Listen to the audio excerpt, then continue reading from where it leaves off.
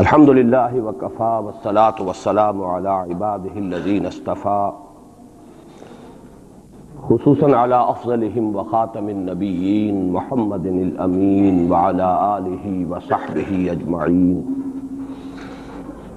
اما بعد فقد قال اللہ تبارک وتعالی کما ورد فی سورة الروم اعوذ باللہ من الشیطان الرجیم بسم اللہ الرحمن الرحیم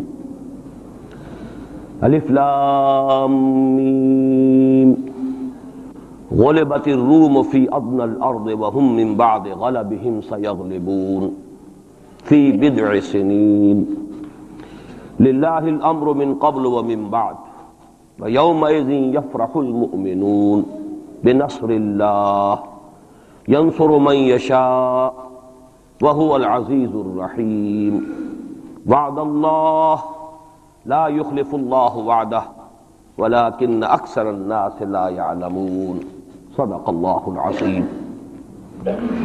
رب اشرح لي صدري ويسر لي أمري واحلل عقدة من لساني يفقهوا قولي. اللهم ربنا ألهمنا رشدنا وأعذنا من شرور أنفسنا. اللهم أرنا الحق حقا وارزقنا اتباعه وأرنا الباطل باطلا وارزقنا اجتنابه. اللهم نور قلوبنا بالإيمان واشرح صدورنا للإسلام ووفقنا لما تحب وترضى آمین یا رب العالمین. یہ کہنے کی ضرورت نہیں ہے کہ قرآن حکیم کوئی تاریخ کی کتاب نہیں ہے. یہ کتاب ہدایت ہے. اس کا اصل موضوع ہے انسان کی رہنمائی. اس رہنمائی میں ذہنی اور فکری رہنمائی بھی شامل ہے، عملی رہنمائی بھی شامل ہے. پھر عملی رہنمائی میں انفرادی سطح پر بھی، اجتماعی سطح پر بھی. لیکن یہ مختلف گوشے ہیں ہدایت کے، رہنمائی کے. باقی جتنے علوم ہیں وہ چاہے وہ فزیکل سائنسز کا دائرہ ہو اور چاہے سوشل سائنسز کا دائرہ ہو. سوشل سائنسز کا ظاہر بات ہے کہ معاملہ زیر بحث آیا ہے، اس لیے کہ اس کا تعلق انسان کی عملی زندگی سے ہے. معاشیات ہیں، سیاسیات ہیں، معاشرتی مسائل ہیں. تو یہ تو ہدایت کے موضوعات ہیں اور انہی سے پھر سوشل سائنسز میں بحث ہوتی ہے. جہاں تک فزیکل سائنسز کا تعلق ہے وہ بنیادی طور پر قرآن کا موضوع نہیں ہے، لیکن کہیں کہیں فینومینا آف دی نیچر کا جو حوالہ آیا ہے تو ظاہر بات ہے کہ وہ حوالہ غلط تو نہیں ہو سکتا، اللہ کا کلام ہے. بہرحال اس وقت کہنے کی بات یہ ہے کہ قرآن مجید کتاب ہدایت ہے، یہ تاریخ کی کتاب نہیں ہے. یہاں تک کہ انبیاء اور رسل اور ان کی قوموں کے جو حالات قرآن میں بیان ہوئے ہیں کہا جا سکتا ہے یہ تاریخ ہے. حضرت نوح علیہ السلام، حضرت ہود علیہ السلام، حضرت ابراہیم علیہ السلام، ان کے حالات و واقعات یقیناً تاریخ کا جز ہے. لیکن یہ نوٹ کیجئے کہ قرآن حکیم میں ایک تو یہ کہ بہت سے انبیاء اور رسل کے واقعات کا تذکرہ بار بار آیا ہے، تکرار کے ساتھ، اعادے کے ساتھ. اگرچہ اس میں تکرار محض نہیں ہے، سیاق و سباق کا فرق ہوتا ہے کہ کس جگہ پر کیا مسئلہ زیر بحث ہے. تو مختلف جو انبیاء اور رسولوں کی تاریخ ہے ان کے بھی اس پہلو کو وہاں لے آیا جائے گا جو خاص اس سیاق و سباق سے متعلق ہو. لیکن دوسری بات یہ کہ وہ بھی تاریخی ترتیب کے ساتھ قرآن میں بیان نہیں ہوئے. اس کے لیے ہمیں تورات جو ہے وہ مدد دیتی ہے کہ تورات میں جو بھی تاریخ آئی ہے انبیاء کی وہ ایک ترتیب کے ساتھ آئی ہے، تاریخی اس کے اندر ترتیب موجود ہے. قرآن مجید میں وہ تاریخی ترتیب نہیں ہے. اس کے علاوہ جس وقت قرآن نازل ہوا یہ اب آج سے 1400 برس سے زائد کا عرصہ ہو گیا ہے، اس لیے کہ اب 1400 برس تو حضور صلی اللہ علیہ وسلم کے انتقال پر بھی اس سے زیادہ عرصہ گزر چکا ہے اور اس سے تقریباً 22-23 برس قبل قرآن نازل ہونا شروع ہوا. اس کی جو کنٹمپریری ہسٹری ہے اس دور کی، اس کا بھی ریفرنس قرآن میں نہیں ہے سوائے ایک مقام کے جس کی میں نے یہ آیات ابھی تلاوت کی. تو یہ میں نے تمہید اصل میں اس اعتبار سے کہ سورہ روم اس کی یہ ابتدائی 6 آیات جو ہیں یہ ایک استثناء ہے کہ اس میں قرآن کا جو زمانہ نزول ہے اس کا ایک تاریخی اہم واقعہ ہے جس کی طرف ریفرنس ہے، اور یہ ریفرنس ایک پیشین گوئی کی صورت میں ہے. تو میں ان دونوں چیزوں کی قدر وضاحت کروں گا، اور اس لیے کہ اس وقت کے جو حالات ہمارے ہیں انڈین سب کانٹیننٹ کے، بر عظیم پاک و ہند، اس میں ایک مشابہت ہے ان حالات کے ساتھ۔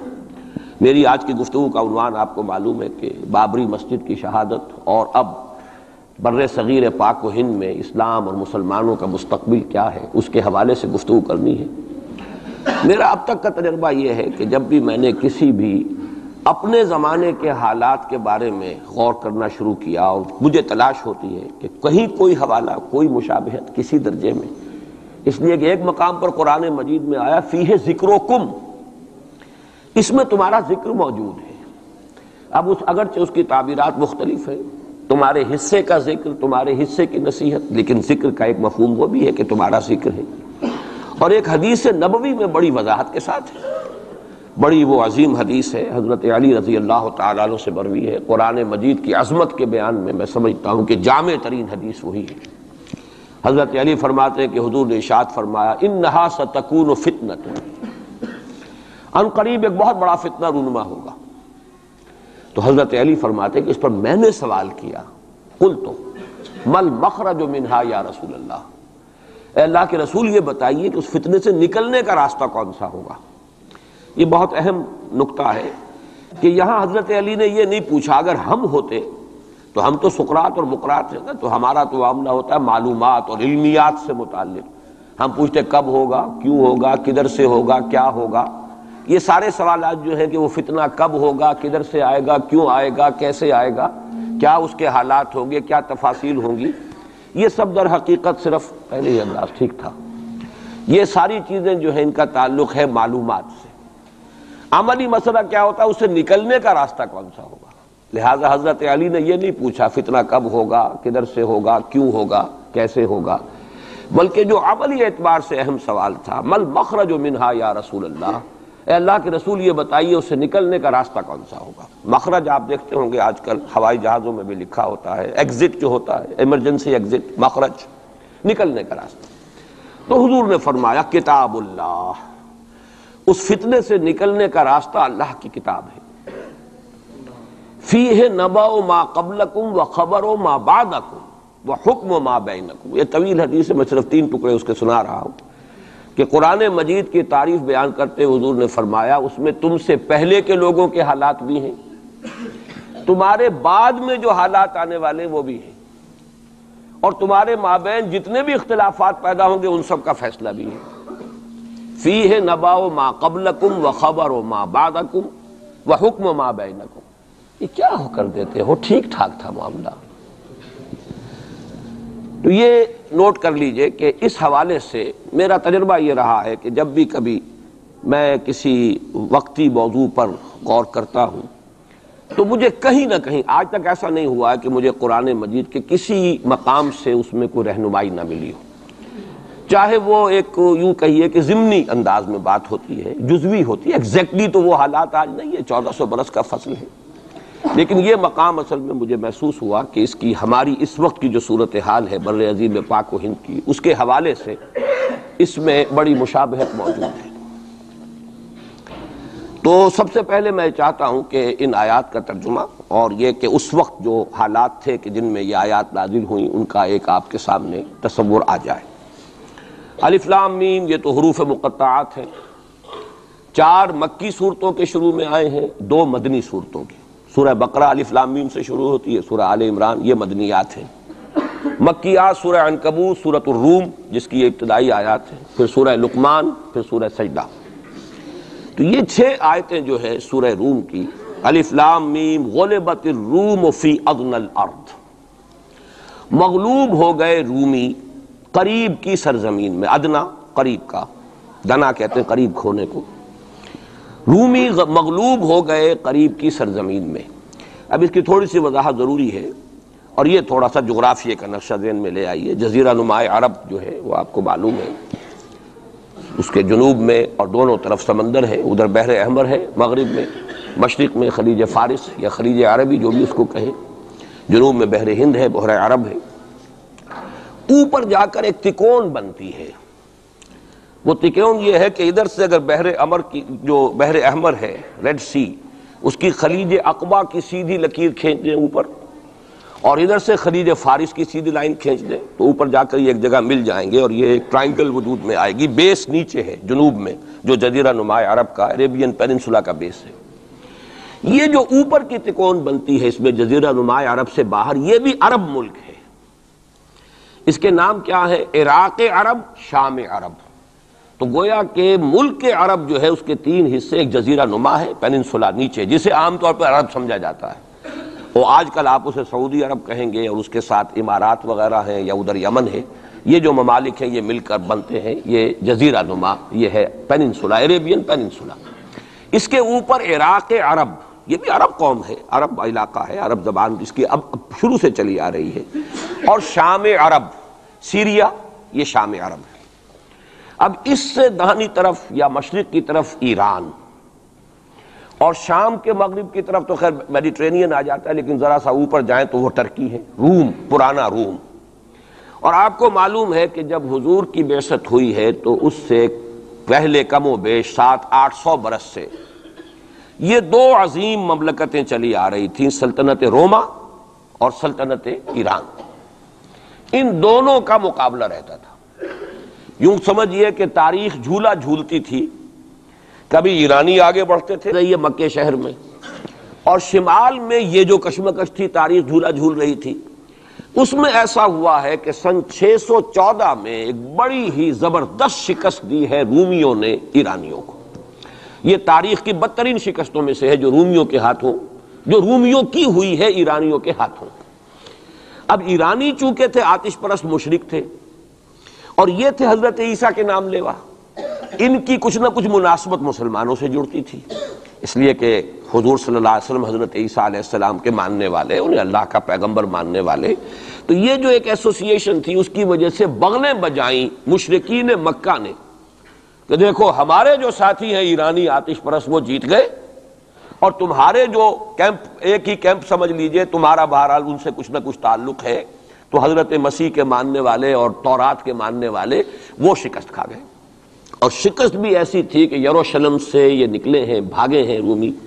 ہرقل اس وقت وہ ایمپرر تھا، ہیرکلیس، اور ایلیا جو ان کا کہلاتا ہے یروشلم میں وہ ہیکل، اس سے جو ان کی بڑی صلیب تھی وہ بھی وہاں سے لے گئے وہ، اور گویا کہ ان کے لیے تو سمجھیے کہ یہ مذہبی اعتبار سے ایک موت تھی کہ ان کی مذہبی علامت، ان کے لیے شاعر جو ہے ان کے مذہبی، ان میں سب سے مقدس شے جو تھی وہ بھی ایرانی وہاں سے لے گئے۔ اور بہت ہی زبردست شکست ہوئی ہے اس وقت رومیوں کو، ہیرکلیس کو۔ اس پر جو بغلیں بجی مشرکین مکہ نے، جو اس پر خوشیاں منائی، مسلمانوں کو ایک طرح سے یوں سمجھیے کہ انہیں ستانے کے لیے، چڑھانے کے لیے، دیکھو وہ جیت گئے، اسی طرح تمہارا بھی قلع قما ہو جائے گا، تمہاری بھی کوئی بنیاد، لستم علی شیء، تمہاری بھی کوئی حقیقت نہیں ہے، جیسے رومی جو ہے وہ شکست کھا گئے، تم بھی ختم ہو جاؤ۔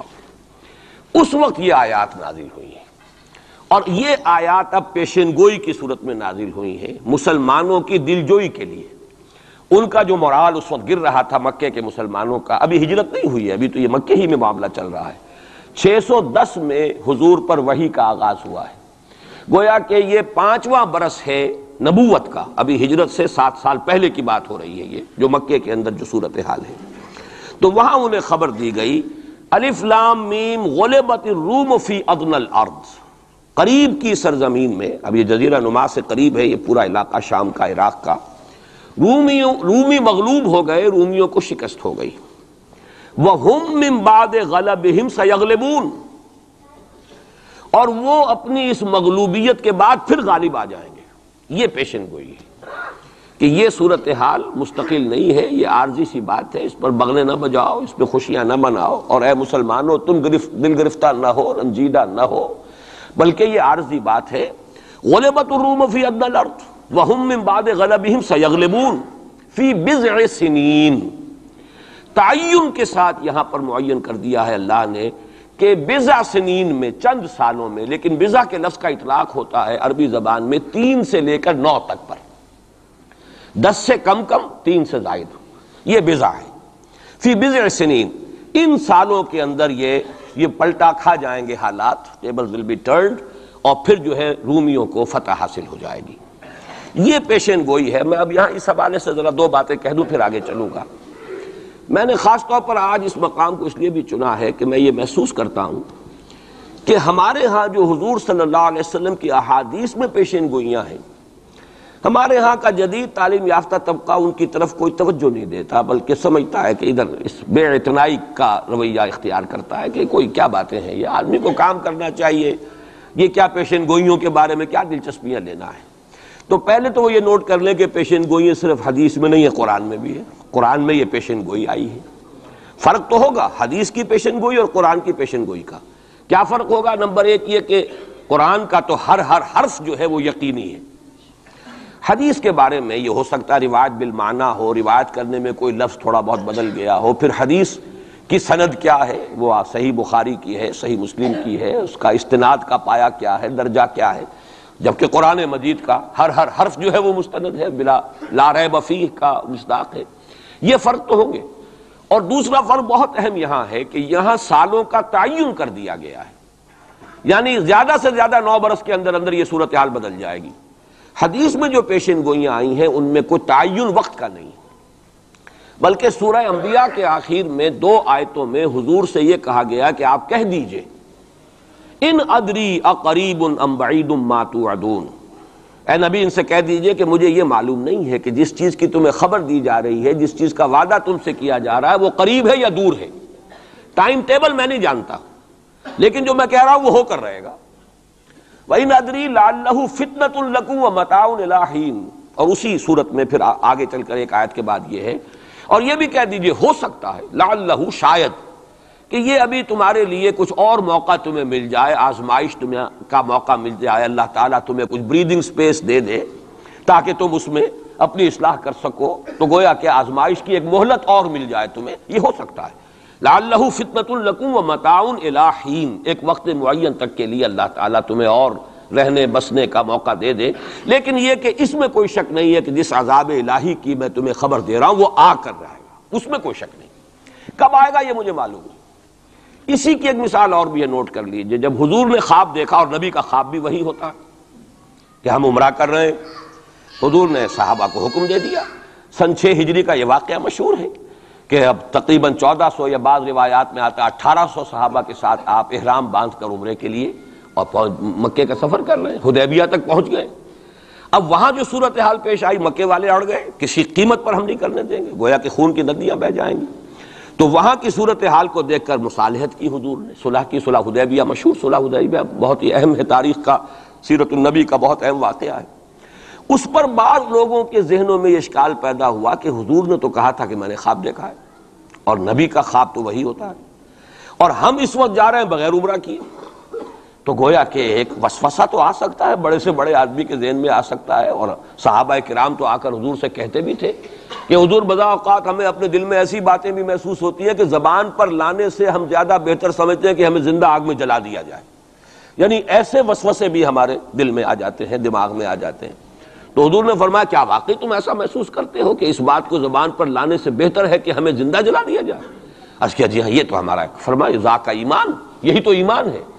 شیطان وسوسہ اندازی کرے گا، لیکن جب تمہارا یہ احساس ہے کہ یہ بات اتنی بری ہے کہ مجھے زندہ جلا دیا جائے، یہ میرے لیے اہون ہے، ہلکا ہے بنسبت اس کے کہ میں اس بات کو زبان پر لاؤں، تو ثبوت ہے کہ ایمان موجود ہے۔ ریئیکٹ کون سی شے کر رہی ہے اس کے خلاف جو رد عمل پیدا ہوا وہ ایمان سے ہے نا، تو یہ تو پھر ایمان کا ثبوت ہے، یہ آپ نے اطمینان دلایا۔ تو وسوسے بعض صحابہ کے ذہنوں میں یہ بھی پیدا ہوئے، تو حضور نے فرمایا تھا کہ میں نے کہا تھا کہ ہم کریں گے عمرہ، لیکن میں نے یہ کب کہا تھا کہ اسی سال ضرور کریں گے۔ گویا کہ ٹائم ٹیبل میں فرق ہو سکتا ہے، یعنی جہاں تک اللہ کا فرمان ہے اس میں ٹائم ٹیبل کا بھی فرق نہیں ہوگا، ناممکن ہے، لیکن نبی کی پیشین گوئیوں میں یا خبروں میں ٹائم ٹیبل کے اندر فرق واقع ہو سکتا ہے کہ اس سال نہیں ہوا، اگلے سال پھر اس کو عمرہ قضا کہتے ہیں۔ قریش نے یہ مان لیا تھا کہ اس سال تو آپ جائیے، ہماری پریسٹیج جو ہے وہ اسی طرح قائم رہتی ہے، ورنہ تو گویا کہ ہم بالکل ہی آپ کے سامنے بچ گئے اور ہم نے گویا کہ بالکل ہی شکست مان لی۔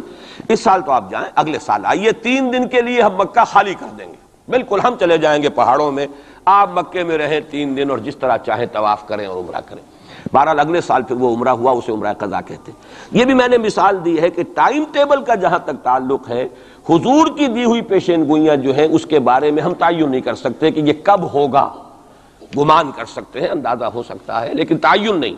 جبکہ یہاں یہ ہوا فی بضع سنین، الف لام میم غلبت الروم فی ادنی الارض وہم من بعد غلبہم سیغلبون فی بضع سنین، چند سالوں کے اندر اندر۔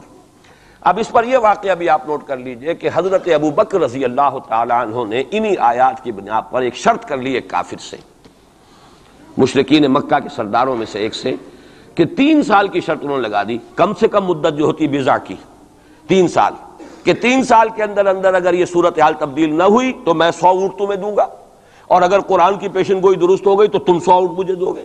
اور اس وقت تک اس طرح کی شرط لگانا ابھی حرام نہیں ہوا تھا، چونکہ شریعت کے احکام تفصیلی تو آئے نہیں تھے، ابھی تو نہ شراب حرام تھی نہ جوا حرام تھا، تو اس طرح کی شرط لگانا کس طرح کوئی حرام والی بات تو تھی نہیں۔ لیکن حضور نے فرمایا کہ نہیں ابو بکر یہ تم نے غلطی کی، جب بضع کا اطلاق 3 سے 9 تک پر ہوتا ہے تو تم 9 سال کی کرو، تم اونٹوں کی مقدار بڑھا دو لیکن کہو کہ یہ 9 سال کی مدت جو ہے اس کے اندر اندر یہ معاملہ ہوگا، اس لیے کہ بضع قرآن مجید کا لفظ جو ہے وہ عربی زبان میں کم سے کم اقل مدت 3 برس ہے، لیکن یہ کہ اس کی اکثر مدت 9 برس ہے۔ تو حضرت ابو بکر نے وہ بدلا، اور ٹھیک 9 سال بعد وہ صورتحال پیش آ گئی۔ اور یہ عجیب ہے تاریخ کا واقعہ، ہرقلیس کی یہ جو فتح ہے یہ بھی بڑی ہی معجزانہ تھی۔ وہ جو ڈائریکٹ روٹ تھا جس سے کہ ہمیشہ ان کی جنگیں ہوتی تھی، یعنی اس کے ترکی کے مشرقی علاقے سے آ کر رومی جو ہے پھر میدان جنگ کو اختیار کریں، بحیرہ کیسپین کا راؤنڈ دے کر پہاڑی جو یہ علاقہ ہے اس کے پیچھے سے آ کر اس نے حملہ کیا ہے، اور ایک دم اچانک جو ہے ایرانیوں کو گویا کہ سرپرائز اٹیک کیا ہے۔ لیکن پھر یہ کہ شکست فاش ہوئی ایرانیوں کو، دوبارہ پھر جو ہے وہ یروشلم پر اس کا قبضہ ہو گیا۔ اس نے منت مانی تھی کہ اگر یروشلم دوبارہ فتح ہو جائے ہمارے ہاتھوں تو میں حمص سے لے کر اور یروشلم تک پیدل جاؤں گا اور وہاں جا کر جو ہے شکرانے کی نماز ادا کروں گا، چونکہ وہ پھر صلیب انہیں دوبارہ واپس مل گئی، صلیب کو دوبارہ ریسٹور کرنا تھا اسی جگہ پر جا کر، تو پیدل چل کر یہ آیا ہے۔ اور تاریخ میں نوٹ کر لیجیے جب یہ پیدل چل کر آیا تھا اسی وقت، اب زمانہ کافی گزر چکا تھا، تو پھر جو حضور کا نامہ مبارک گیا ہے سن 7 ہجری میں، یہ وہ زمانہ ہے جبکہ یروشلم وہ آیا ہوا تھا، اور اس وقت پھر ابو سفیان کو بلا کر، اس وقت تک وہ ایمان نہیں لائے تھے، حضور کے نامہ مبارک پر پھر ہرقلیس نے پھر سوال جواب کیے اور معلومات حاصل کی ہیں، کون شخص ہے، کیسا ہے، حسب نسب کیسا ہے، اس کا کردار کیسا رہا ہے، کون لوگ اس پر ایمان لا رہے ہیں، جو ایمان لاتے ہیں ان میں سے کوئی واپس بھی جاتا ہے کہ نہیں جاتا، کوئی مرتد بھی ہوتا ہے۔ بڑا ذہین انسان تھا، بڑا عالم و فاضل انسان تھا، پہچان چکا تھا کہ یہ وہی نبی ہے جن کا ہم انتظار کر رہے ہیں۔ لیکن وہ یہ چاہتا تھا کہ جیسے قسطنطین نے اس وقت یہ کیا تھا کہ وہ جب اس نے مذہب بدلا ہے، عیسائیت اختیار کی، تو پوری مملکت جو ہے عیسائی ہو گئی، تو نظام انٹیکٹ رہا، وہی ان کا بادشاہت کا نظام قائم رہا۔ چاہتا تھا کہ میرے یہ تمام کے تمام نائبین سلطنت اور جتنے بھی بطاریق ہیں، یہ بطریق پیٹریارکس، یہ سب کے سب بھی میرے ساتھ اسلام قبول کر لیں۔ اور سارا یہ اس نے جو سوال جواب کیا تھا ابو سفیان سے، اسی لیے کیا تھا کہ سارے درباری قائل ہوتے چلے جائیں کہ واقعی یہ نبی سچا ہے۔ لیکن اس کی امید کے برعکس ہوا، ریئیکشن بڑا شدید ہوا ان کے وہ پادریوں میں اور ان کے جو پیٹریارکس تھے ان میں، تو پھر وہ بھی محروم رہ گیا، سلطنت کی بیڑی اس کے پاؤں میں پڑی رہ گئی، زنجیر پڑی رہ گئی، وہ اسلام سے محروم رہ گئی۔ بہرحال اب یہاں نوٹ کیجئے کہ 9 برس بعد 623 عیسوی میں اس کو فتح حاصل ہو گئی۔ حضرت عمر نے وہ 100 اونٹ حاصل کیے، اگرچہ حضور نے پھر اس کے بارے میں حکم دیا کہ اسے صدقہ کر دو، اس کو اب تم اپنے ذاتی استعمال میں نہ لاؤ، صدقہ کر دو۔ اچھا، اس کے ساتھ اس پیشن گوئی میں دوسرا حصہ بھی ہے، الف لام میم غلبت الروم فی ادنی الارض وهم من بعد غلبهم سیغلبون فی بضع سنین للہ الامر من قبل ومن بعد۔ اللہ ہی کے ہاتھ میں ہے تمام معاملات کا اختیار، پہلے بھی اور بعد میں بھی، یہ تو ایمان کی بنیادی حقیقت ہے۔ وَيَوْمَئِذٍ يَفْرَحُ الْمُؤْمِنُونَ، اور اس روز اہل ایمان بھی بہت خوشیاں منا رہے ہوں گے۔ یہ اس پیشن گوئی کا دوسرا حصہ ہے۔ عین بدر کے دن یہ خبر آئی ہے کہ یہ پیشن گوئی صحیح ہو گئی۔ 9 برس ہو گئے، سن 5 جو نبوی سے اور غزوہ بدر 623 عیسوی میں غزوہ بدر ہو رہا ہے، 622 میں ہجرت ہے اور 623 میں غزوہ بدر ہو گیا۔ اور جس روز فتح مسلمانوں کو حاصل ہوئی ہے بدر میں، اور سرداران قریش جو ہیں وہ کھجور کے کٹے ہوئے تنوں کے مانند جو ہے پڑے ہوئے نظر آئے ہیں میدان بدر میں، عین اسی وقت فتح کی خبر آئی ہے کہ رومیوں کو دوبارہ فتح حاصل ہو گئی ایرانیوں پر۔ یومئذ یفرح المؤمنون، اس دن اہل ایمان کو بھی بہت فرحت حاصل ہوگی، بہت خوشی حاصل ہوگی، وہ بھی جشن منا رہے ہوں گے بنصر اللہ، اللہ کی مدد سے۔ بدر میں جو اللہ تعالیٰ کی نصرت آئی ہے، ینصر من یشاء، وہ تو مدد فرماتا ہے جس کی چاہتا ہے، وَهُوَ الْعَزِيزُ الرَّحِيمُ، اور وہ زبردست ہے، رحم فرمانے والا ہے۔ وعد اللہ، اب دیکھیے ذرا تاکید کا انداز دیکھیے، وعد اللہ، یہ اللہ کا وعدہ ہے، لا یخلف اللہ وعدہ، اور کان کھول کے سن لو، اللہ اپنے وعدے کے خلاف نہیں کرتا۔ ولیکن اکثر الناس لا یعلمون، لیکن اکثر لوگوں کو علم حاصل نہیں ہے، اکثر لوگ جانتے نہیں۔ یہ جو میں نے آیات اور اس کا تاریخی پس منظر، کچھ تھوڑا سا جغرافیائی جو اس کا پس منظر ہے، وہ سارا آپ کے سامنے رکھا ہے۔ اس کا مقصد یہ ہے کہ ایک طرف تو جو پیشین گوئیاں ہیں ان کے بارے میں تعلیم یافتہ لوگوں کے ذہنوں میں بھی جو اگر کوئی اشکال ہے کہ حدیث میں جو پیشین گوئیاں آئی ہیں تو وہ رفع ہو جائے۔ ہمارے نزدیک قرآن اور حدیث میں کوئی فرق نہیں، قرآن بھی ہمیں محمد کے ذریعے ملا صلی اللہ علیہ وسلم، مجھ پر تو نازل نہیں ہوا، کسی اور پر نازل نہیں ہوا، ابو بکر پر نازل نہیں ہوا، نازل تو محمد پر ہوا صلی اللہ علیہ وسلم، وہ بھی آپ کی زبان مبارک سے ہمیں عطا ہوا ہے، آپ سے لیا ہے صحابہ نے، صحابہ سے تابعین نے، تابعین سے تبع تابعین نے، اور اس کے لیے ریٹن ورڈ ذریعہ نہیں بنا ہے، اصل جو ہے یہ اسپوکن، زبان سے زبان، اور اصل شے آج بھی جو ہے وہ قرات ہے قرآن کی، قرات اور قرات کا فن جو ہے یہ ہے اصل اس کے لیے حجت۔ یہ لکھنے کا معاملہ جو ہے وہ بھی تھا، اس کے بعد حضرت ابو بکر کے زمانے میں اس کو ایک کتاب کی شکل میں بھی جمع کر دیا، پھر حضرت عثمان نے اس کو ایک رسم الخط پر بھی تمام امت کو جمع کر دیا، یہ بھی بڑی قیمتی چیزیں ہیں۔ لیکن اصل جو ہے میڈیم قرآن مجید کا منتقل ہونا کہ قلب محمد پر نازل کیا جبرائیل نے، انہ نزلہ علی قلبک، پھر لسان محمد سے صلی اللہ علیہ وسلم حاصل ہوا صحابہ کو، پھر صحابہ کی زبانوں سے، پھر یہ تابعین کو، تبع تابعین کو، تو یہ منتقل ہوتا آ رہا ہے۔ اور ہمارے ہاں جو فن قرات ہے اس میں باقاعدہ سند ہوتی ہے، جیسے فن حدیث میں سند ہے، آپ کس سے پڑھ رہے ہیں، اس نے کس سے پڑھی، اس نے کس سے پڑھی، سند چلے گی۔ اسی طریقے سے فن قرات میں سند ہے، جو ہمارے ہاں قراء ہوتے ہیں ان کا تعلق جو ہے وہ جڑ جائے گا اسی دور صحابہ کے قراء کے ساتھ۔ بہرحال اس وقت جو میں عرض کر رہا تھا کہ قرآن اور حدیث میں یہ فرق نہیں ہے، دونوں چیزیں محمد کی ادا کرنا، اور ہمیں معلوم ہے کہ حضور کو وحی صرف قرآن کی شکل میں نہیں ہوئی ہے، وحی خفی بھی ہوئی ہے، بہت سی باتیں اللہ تعالیٰ دل میں ڈالتا تھا، حضور کا خواب بھی وحی ہے، اس اعتبار سے وہ وحی خفی جس کو ہم کہتے ہیں اس پر بھی ہمارا ایمان ہے۔ البتہ فرق کیا ہے، جیسا کہ میں عرض کر چکا، یہ لفظ بلفظ محفوظ ہے، حرف بحرف، بلکہ لفظ بھی بڑی شے ہے، حرف بحرف محفوظ ہے، وہاں یہ ہے کہ اس طرح کی حفاظت کا جو ہے وہ دعویٰ نہیں ہے۔ نمبر دو یہ کہ یہاں جو شے ہے وہ اپنے ٹائم ٹیبل کے حوالے سے بھی قطعی ہوگی، وہاں یہ ہے کہ ٹائم ٹیبل کا ہم تعین نہیں کر سکتے، جبکہ قرآن مجید ہی کی دو آیات آپ کو محکم سنا چکا ہوں، ان ادری اقریب ام بعید ما توعدون، نبی کہہ دیجئے مجھے نہیں معلوم جو کچھ تم سے وعدہ کیا جا رہا ہے وہ قریب ہے یا دور ہے، وَإِنْ أَدْرِي لَعَلَّهُ فِتْنَةٌ لَكُمْ وَمَتَاعٌ إِلَىٰ حِينٍ، اور میں نہیں جانتا، ہو سکتا ہے کہ ابھی تمہیں اللہ ایک مہلت اور دے دے، اور ابھی تمہیں اور رہنے بسنے کا موقع دے دے، تاکہ تمہیں ایک مہلت آزمائش مزید مل جائے۔ اب جو میں ذرا صرف حوالہ دوں گا، اس وقت تفصیل میں جانے کا موقع نہیں ہے، اس لیے کہ گزشتہ سال اس پہ تفصیل سے کئی جمعوں میں یہاں گفتگو کر چکا ہوں۔ قرب قیامت کی جو پیشین گوئیاں محمد الرسول اللہ صلی اللہ علیہ وسلم نے ہمیں دی ہیں، ان کو نوٹ کر لیجئے کہ وہ دو قسم کی ہیں۔ ایک تو خاص خرق عادت واقعات جو قرب قیامت سے زمانے میں ہوں گے، سورج کا مغرب سے نکلنا اور اسی طرح کی دوسری اور علامات ہیں۔ ایک تو وہ علامات ہیں جن کو ہم کہتے ہیں علامات قیامت، اس میں پوری کتابیں لکھی گئی ہیں، غالباً شاہ رفیع الدین رحمۃ اللہ علیہ دہلوی جو ہیں ان کی پوری کتاب اس کے اوپر موجود ہے، اس لیے کہ احادیث میں اس کی بڑی جو واضح نشانیاں ہیں وہ دی گئی۔ ایک یہ ہے کہ قیامت سے متصلاً قریب کے زمانے کے کچھ تاریخی واقعات کا تذکرہ ہے۔ یہ ہیں دو چیزیں کہ جن کو میں نے کافی پچھلے دنوں یہاں بیان کیا ہے، اس وقت میں صرف اس کا حوالہ دینا چاہتا ہوں، اور وہ حوالہ کیا ہے؟ پہلی بات یہ ہے کہ احادیث نبویہ سے صراحت کے ساتھ ثابت ہے کہ قیامت سے قبل پورے کرۂ ارضی پر اللہ کا دین اسی طرح غالب ہوگا جیسے کہ حضور کے دست مبارک سے آپ کی اپنی حیات طیبہ کے دوران جزیرہ نما عرب میں غالب ہو گیا تھا۔ یہ قطعی بات ہے۔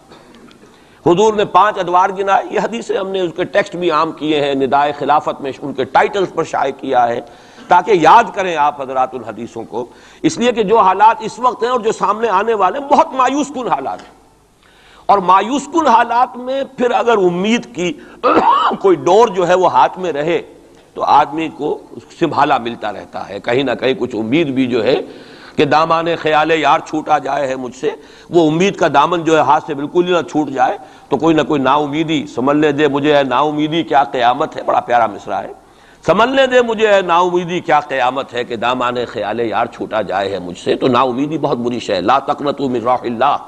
اس اعتبار سے جو حالات امیڈیٹلی اس وقت سامنے ہیں اور جو آ رہے ہیں وہ نہایت مایوس کن، نہایت تکلیف دہ، ان میں ضرورت ہے کہ یہ جو ہمارے لیے کچھ امید افزا خبریں اور پیشن گوئیاں ہیں ان کو بڑے پیمانے پر عام کیا جائے، تاکہ لوگ جو ہیں اس کے حوالے سے اپنے حوصلوں کو، اپنے امنگوں کو، ولولوں کو کچھ برقرار رکھ سکیں اور ان میں کچھ کام کرنے کا جذبہ، اس لیے کہ ایسے لوگ کم ہوتے ہیں اور اللہ تعالیٰ سے دعا کرتا ہوں کہ اللہ تعالیٰ مجھے ان میں شامل کر دے، آپ کو بھی شامل کرے۔ ایک ایسے لوگ ہوتے ہیں کم کہ جو بالکل حالات سے اپنا تعلق منقطع کر کے، مائنس ہے یا پلس ہے اور پازیٹیو ہے یا نیگیٹو ہے، اس سے بالکل منقطع کر کے اپنے احساس فرض کے تحت کام کرے، میرا تو فرض ہے مجھے کرنا ہے، بات ختم ہو گئی۔ کیا حالات ہیں، کیا امیدیں ہیں، کیا کیلکولیشنز ہیں، کیلکولیٹنگ مائنڈ سے انہیں کوئی سروکار نہیں ہوتا، ہمیں اس سے بحث نہیں، کوئی نتیجہ نکل رہا ہے یا نہیں نکل رہا، یا نکل سکتا ہے یا نہیں نکل سکتا، کوئی امید ہے یا نہیں ہے۔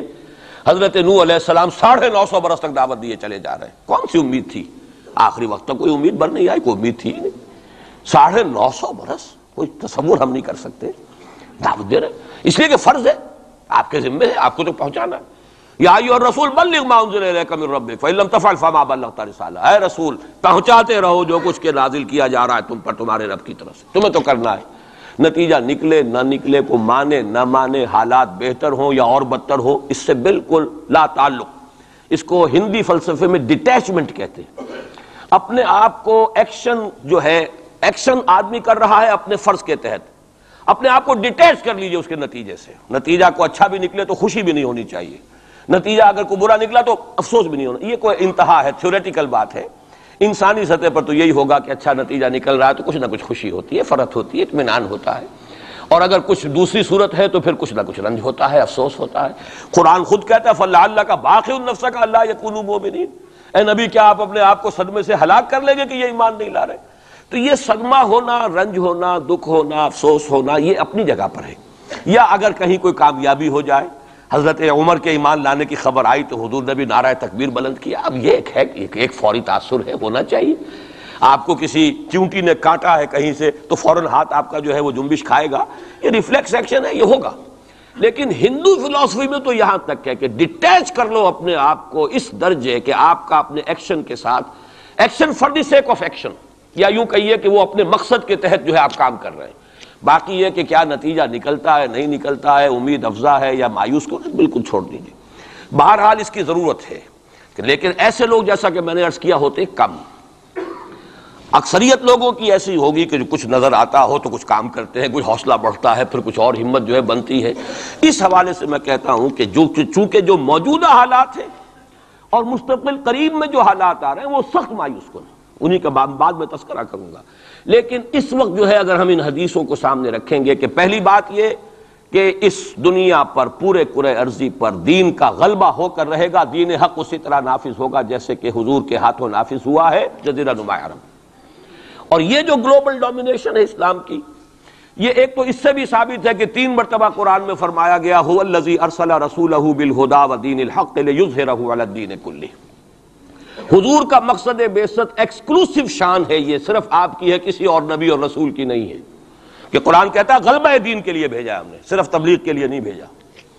باقی تمام انبیاء صرف تبلیغ کے لیے آئے، تبلیغ، تذکیر، تبشیر، تذکیر، نصیحت، جو بھی کہیں، تعلیم، تزکیہ، لیکن غلبہ دین کا لفظ صرف محمد الرسول اللہ صلی اللہ علیہ وسلم کے بارے میں آیا، اور 3 مرتبہ آیا، کسی اور نبی کے لیے 1 مرتبہ بھی نہیں آیا۔ اور دوسری بات یہ بھی قرآن کے محکمات میں سے ہے کہ وَمَا أَرْسَلْنَاكَ إِلَّا كَافَّةً لِلنَّاسِ بَشِيرًا وَنَذِيرًا، ہم نے نہیں بھیجا ہے محمد آپ کو مگر تمام نوع انسانی کے لیے، پوری نوع انسانی کی۔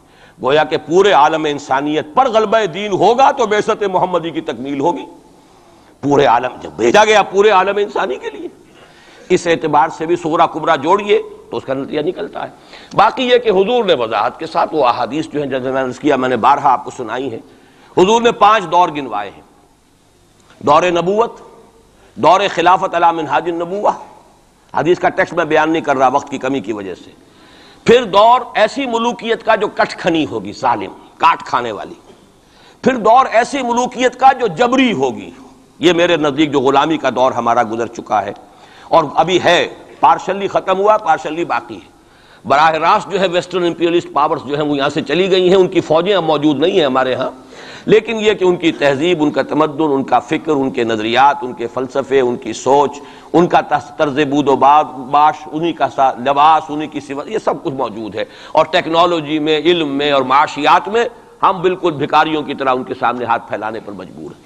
تو وہ ختم نہیں ہوا چوتھا دور، بلکہ در حقیقت یہ کہ انٹرم پیریڈ ہے چوتھے اور 5ویں کے درمیان، اور 5واں آپ نے فرمایا ثم تکون خلافت علی منہاج النبوہ، پھر 5واں دور آئے گا خلافت علی منہاج النبوہ کا۔ اور اس وقت گویا کہ پوری جو یہ عالم انسانیت ہے یہ اس چوتھے اور 5ویں دور کے درمیان میں ہے، یہ ایک درمیان کا عرصہ ہے، نو مینز لینڈ کہہ لیجئے اس کو، یا یہ کہ برزخی یہ دور ہے۔ وہ جو دور تھا امپیریلزم کا، مغربی امپیریلزم، غیر مسلموں کی ہم پر حکومت، ملکن جبرین، اور وہ خلافت علی منہاج النبوہ۔ پھر وہ 2 حدیثیں حضرت ثوبان رضی اللہ تعالی عنہ سے جو کہ مسلم شریف میں مروی ہے کہ مجھے اللہ تعالیٰ نے ساری زمین سکیڑ کر دکھا دی، یہاں تک کہ میں نے اس کے سارے مشرق دیکھ لیے، سارے مغرب دیکھ لیے۔ وَإِنَّ أُمَّتِي سَيَبْلُغُ مُلْكُهَا مَا زُوِيَ لِي مِنْهَا، اور سن لو کہ میری امت کی حکومت ان تمام علاقوں پر قائم ہو کر رہے گی جو مجھے سکیڑ کر دکھا دیے گئے۔ اب اس کے بعد مجھے تو کوئی شک ہے نہیں، صحیح ہے میں سے ہے روایت، صحیح مسلم، بعض حضرات کے نزدیک تو صحیح مسلم کا درجہ صحیح بخاری سے بھی بلند ہے، لیکن یہ کہ اکثر و بیشتر جو ہے ٹاپ پر صحیح ہیں جنہیں ہم کہتے ہیں صحیح بخاری، صحیح مسلم، یہ حدیث کے مجموعے میں سب سے اوپر ہے۔ اچھا، دوسری حدیث حضرت مقداد ابن اسود سے، لا يبقى على الارض بیت وبر ولا مدر الا ادخل اللہ فیہ کلمۃ الاسلام، اللہ تعالیٰ اس روئے ارضی پر ایک گھر نہیں چھوڑے گا، نہ اینٹ گارے کا بنا ہوا گھر، نہ کوئی کمبلوں کا بنا ہوا خیمہ جس میں اسلام کو داخل نہ کر دیں۔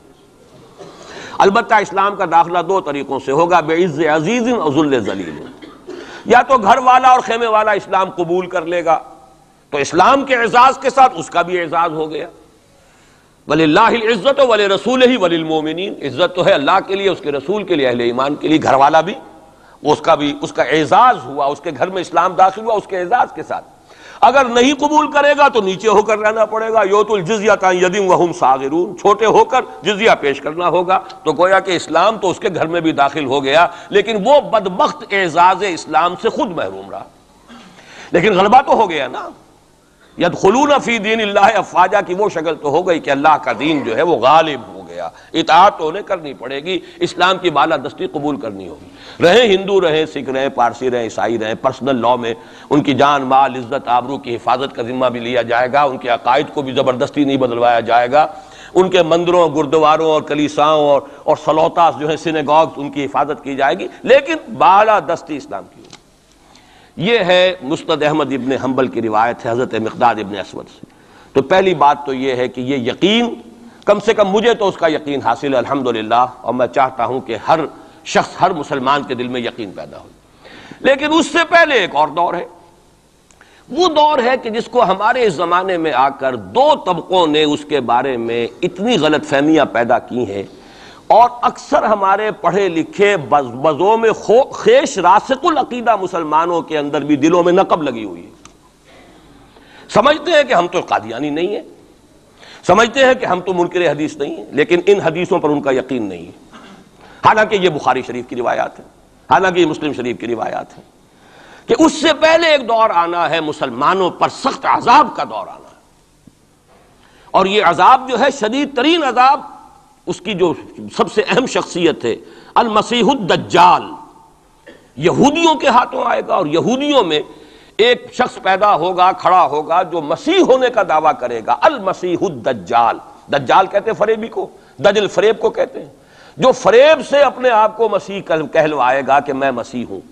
اس کی وجہ کیا ہے کہ یہودیوں کے ہاں یہ روایت موجود تھی کہ ہمارا ایک سیویئر آئے گا، ہمارا ایک نجات دہندہ آئے گا جو ہمیں پھر دنیا کے اندر غلبہ دلوائے گا اور ہماری جو پرومسڈ لینڈ ہے وہ پوری کی پوری ہمیں دلوا دے گا. وہ جو گریٹر اسرائیل کا نقشہ انہوں نے بنا رکھا ہے، یہ ان کے پرومسڈ لینڈ ہے، خوابوں کی سرزمین ہے. اچھا وہ تو حضرت مسیح آئے تھے علیہ الصلوۃ والسلام، وہ تو آ گئے، انہوں نے مانا نہیں. جب مانا نہیں، انہیں تو مرتد قرار دیا، جادوگر قرار دیا، بازیگر قرار دیا، واجب القتل قرار دیا، اور اپنے بس پڑتے تو سولی پر چڑھائی دیا. وہ تو اللہ نے جو کیا وہ ایک علیحدہ مسئلہ ہے. اب وہ جگہ تو خالی ہے جو آپ کہتے ہیں نا کہ کوئی ویکینسی ہے موجود، پوزیشن از ویکنٹ. ابھی وہ منتظر ہیں ایک مسیحا کے کہ ہمارا اصل مسیح آنے والا ہے. وہ ان کا کوئی لیڈر کھڑا ہوگا جو اس دعوے کے ساتھ کھڑا ہوگا کہ اب میں اس مہم کو شروع کرتا ہوں کہ جس سے وہ جو گریٹر اسرائیل ہے، پوری عظیم تر اسرائیل وجود میں لاؤں گا. دیر کیا لگتی ہے؟ کوئی وزیر اعظم جو بھی ہو اسرائیل کا کھڑا ہو جائے ڈٹ کر کہ ٹھیک ہے وی ڈکلیئر وار، اور ہم تو یہ علاقے اب لے کر رہیں گے. جس کو کہ اس نے بھی کہا ہے، یہ جو اس وقت ہے ریبین جو ہے، اس کے بارے میں خیال یہ ہوا تھا کہ جب یہ وزیر اعظم بنا اسرائیل کا کہ یہ بڑا ماڈریٹ ہے، بہت ایسا ہے ویسا ہے، اور اس نے وہ امریکن سے اپنا وہ 10 بلین کا جو لون لینا چاہتے تھے اس کو اوکے کرانے کے لیے کچھ دنوں کے لیے نئی سیٹلمنٹس کی تعمیر کا کام بھی سسپینڈ کر دیا. تو بڑی امیدیں ہو گئیں، چلو جی ایک پروسیس آف جو پیس ٹاکس شروع ہو جائیں اور یہ ہو جائے.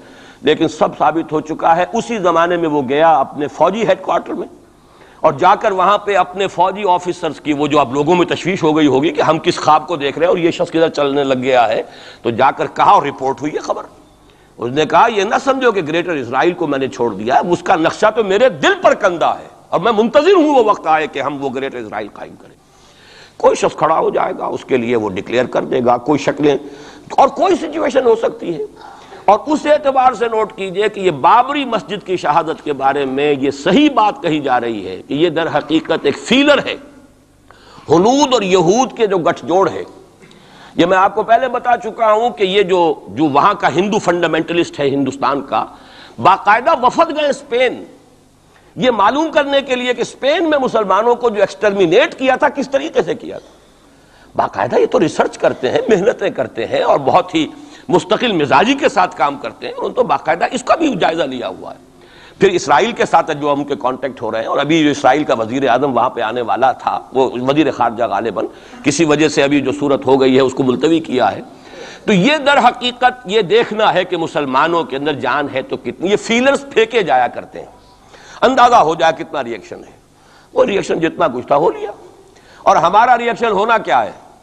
اس سے پہلے جب مسجد اقصیٰ کے ساتھ جو بھی بے حرمتی ہوئی اور جب یروشلم گیا ہے، کتنا کو رونا پیٹنا ایک دفعہ تو پورے عالم اسلام میں ہو گیا تھا. اب کہاں ہے وہ رونا پیٹنا؟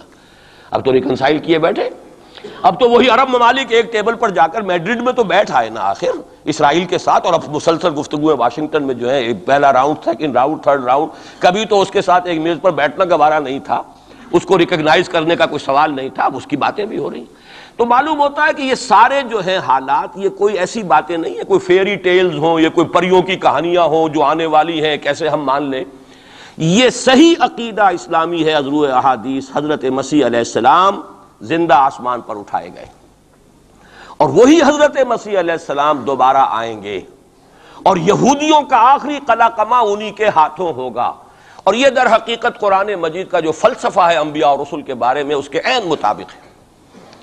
جس قوم کی طرف کوئی رسول بھیج دیا جاتا تھا، وہ قوم جب رد کر دیتی تھی رسول کی دعوت کو، اتمام حجت کر دیا رسول نے، 950 برس تک دعوت دی، قوم نے رد کر دیا. یا حضرت ہود نے کتنے عرصے دعوت دی اس کی وضاحت نہیں ہے، طویل عرصے تک دی، قوم نے رد کر دیا.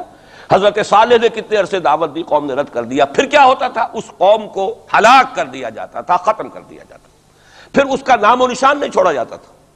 فَقُطِعَ دَابِرُ الْقَوْمِ الَّذِينَ ظَلَمُوا، جڑ کاٹ دی جاتی تھی اس ظالم قوم کی. لا یرا الا مساکنہم، اب ان کے صرف مسکن نظر آتے تھے، وہ رہنے والے نظر نہیں آتے تھے. چلے جائیے قرطبہ میں دیکھ لیجئے اور غرناطہ میں جا کر محل دیکھ لیجئے الحمرا، لیکن جو لوگ یہاں کبھی آباد تھے ان کا نام و نشان بھی نہیں ہے. یہ تو اب جو آثار قدیمہ ہے، سیریں کر لیجئے جا کر. مسجد قرطبہ بھی ہے، سیر کر لیجئے، وہ تو اقبال کو تو خیر کوئی اجازت بھی مل گئی تھی نماز پڑھنے کی خاص کوئی، ورنہ وہاں پر تو اس کا بھی امکان نہیں ہے، اس کے ہارٹ میں جو ہے وہ چیپل موجود ہے، چرچ موجود ہے۔ بہرحال یہ سارے جو معاملات ہیں جان لیجئے اچھی طریقے سے کہ یہ واقعات جن کی خبریں دی گئی ہیں یہ بالکل اس کے مطابق حالات کا جو ہے نقشہ بیٹھتا چلا جا رہا ہے۔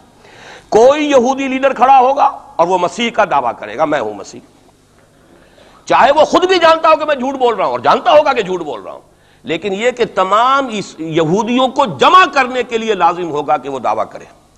اس لیے کہ اب بھی موجود ہے جو لوگ جانتے ہیں یہودیوں کو، یہودی اب بھی سپلٹ ہیں، ان میں جو زیادہ مذہبی طبقہ ہے وہ زائنسٹ نہیں ہے بلکہ وہ ان سے اختلاف کرتا ہے۔ زائنزم کی اپنی ایک تحریک تھی، وہ یوں سمجھیے کہ ایک ریشسٹ نیشنلسٹ موومنٹ ہے، وہ ایک نسلی قومیت کے اوپر چلنے والی جو ہے وہ ایک قوم پرستانہ جو ہے تحریک ہے۔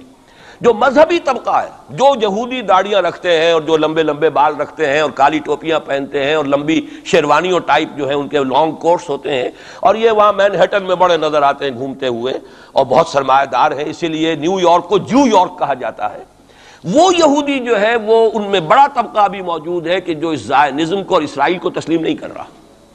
تو ظاہر بات ہے کہ ان کے لیے ضرورت ہوگی کہ کوئی مذہبی اپیل آئے، منتظر تو وہ بھی ہے مسیح کے، اب آنا تو نہیں ہے، وہ مسیح جو آئے گا وہ تو آئے گا ان کی ہلاکت کے لیے، اس سے پہلے کوئی کھڑا ہوگا اور اس کو پھر یہ مذہبی یہودی بھی مان لیں گے۔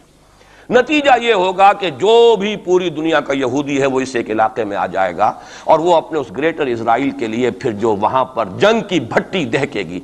یہ کتاب الملاحم، اکثر جو حدیث کی کتابیں ان کے آخر میں آ کے کتاب الملاحم کا باب ہے علیحدہ علیحدہ، جس میں کہ اس دور کی خبروں کا جو ہے حضور نے پوری پیشن گوئیاں کی ہیں کہ یہ کچھ ہونا ہے۔ جہاں تک المسیح الدجال کا تعلق ہے اس کے بارے میں تو الفاظ یہ ہیں کہ کوئی نبی اللہ کا ایسا نہیں گزرا کہ جس نے مسیح الدجال کی فتنے سے خود پناہ طلب نہ کی ہو اللہ کی۔ خود حضور کی جو دعائیں ہیں معصورہ اس میں ہے وَأَعُوذُ بِكَ مِن فِتْنَةِ الْمَسِيحِ الدَّجَّالِ، اے اللہ میں تیری پناہ طلب کرتا ہوں فتنت مسیح الدجال سے۔ وہ فتنہ اب سر پر آیا ہوا ہے، یہ چند سالوں کی بات ہے، اور اکثر و بیشتر کچھ اور حوالوں سے بھی، وہ نوسٹروڈیمس کے حوالے سے ہو یا کسی اور کے حوالے سے ہو، پیشین گوئیاں وغیرہ، دنیا میں اس وقت پوری اس فضا کے اندر جو مذہبی فضا ہے یورپ کی وہ بھی بہت پریگننٹ ہے اس حوالے سے کہ یہ پیشین گوئیاں اور اس طرح کی خبریں اور اس طرح کی آمد۔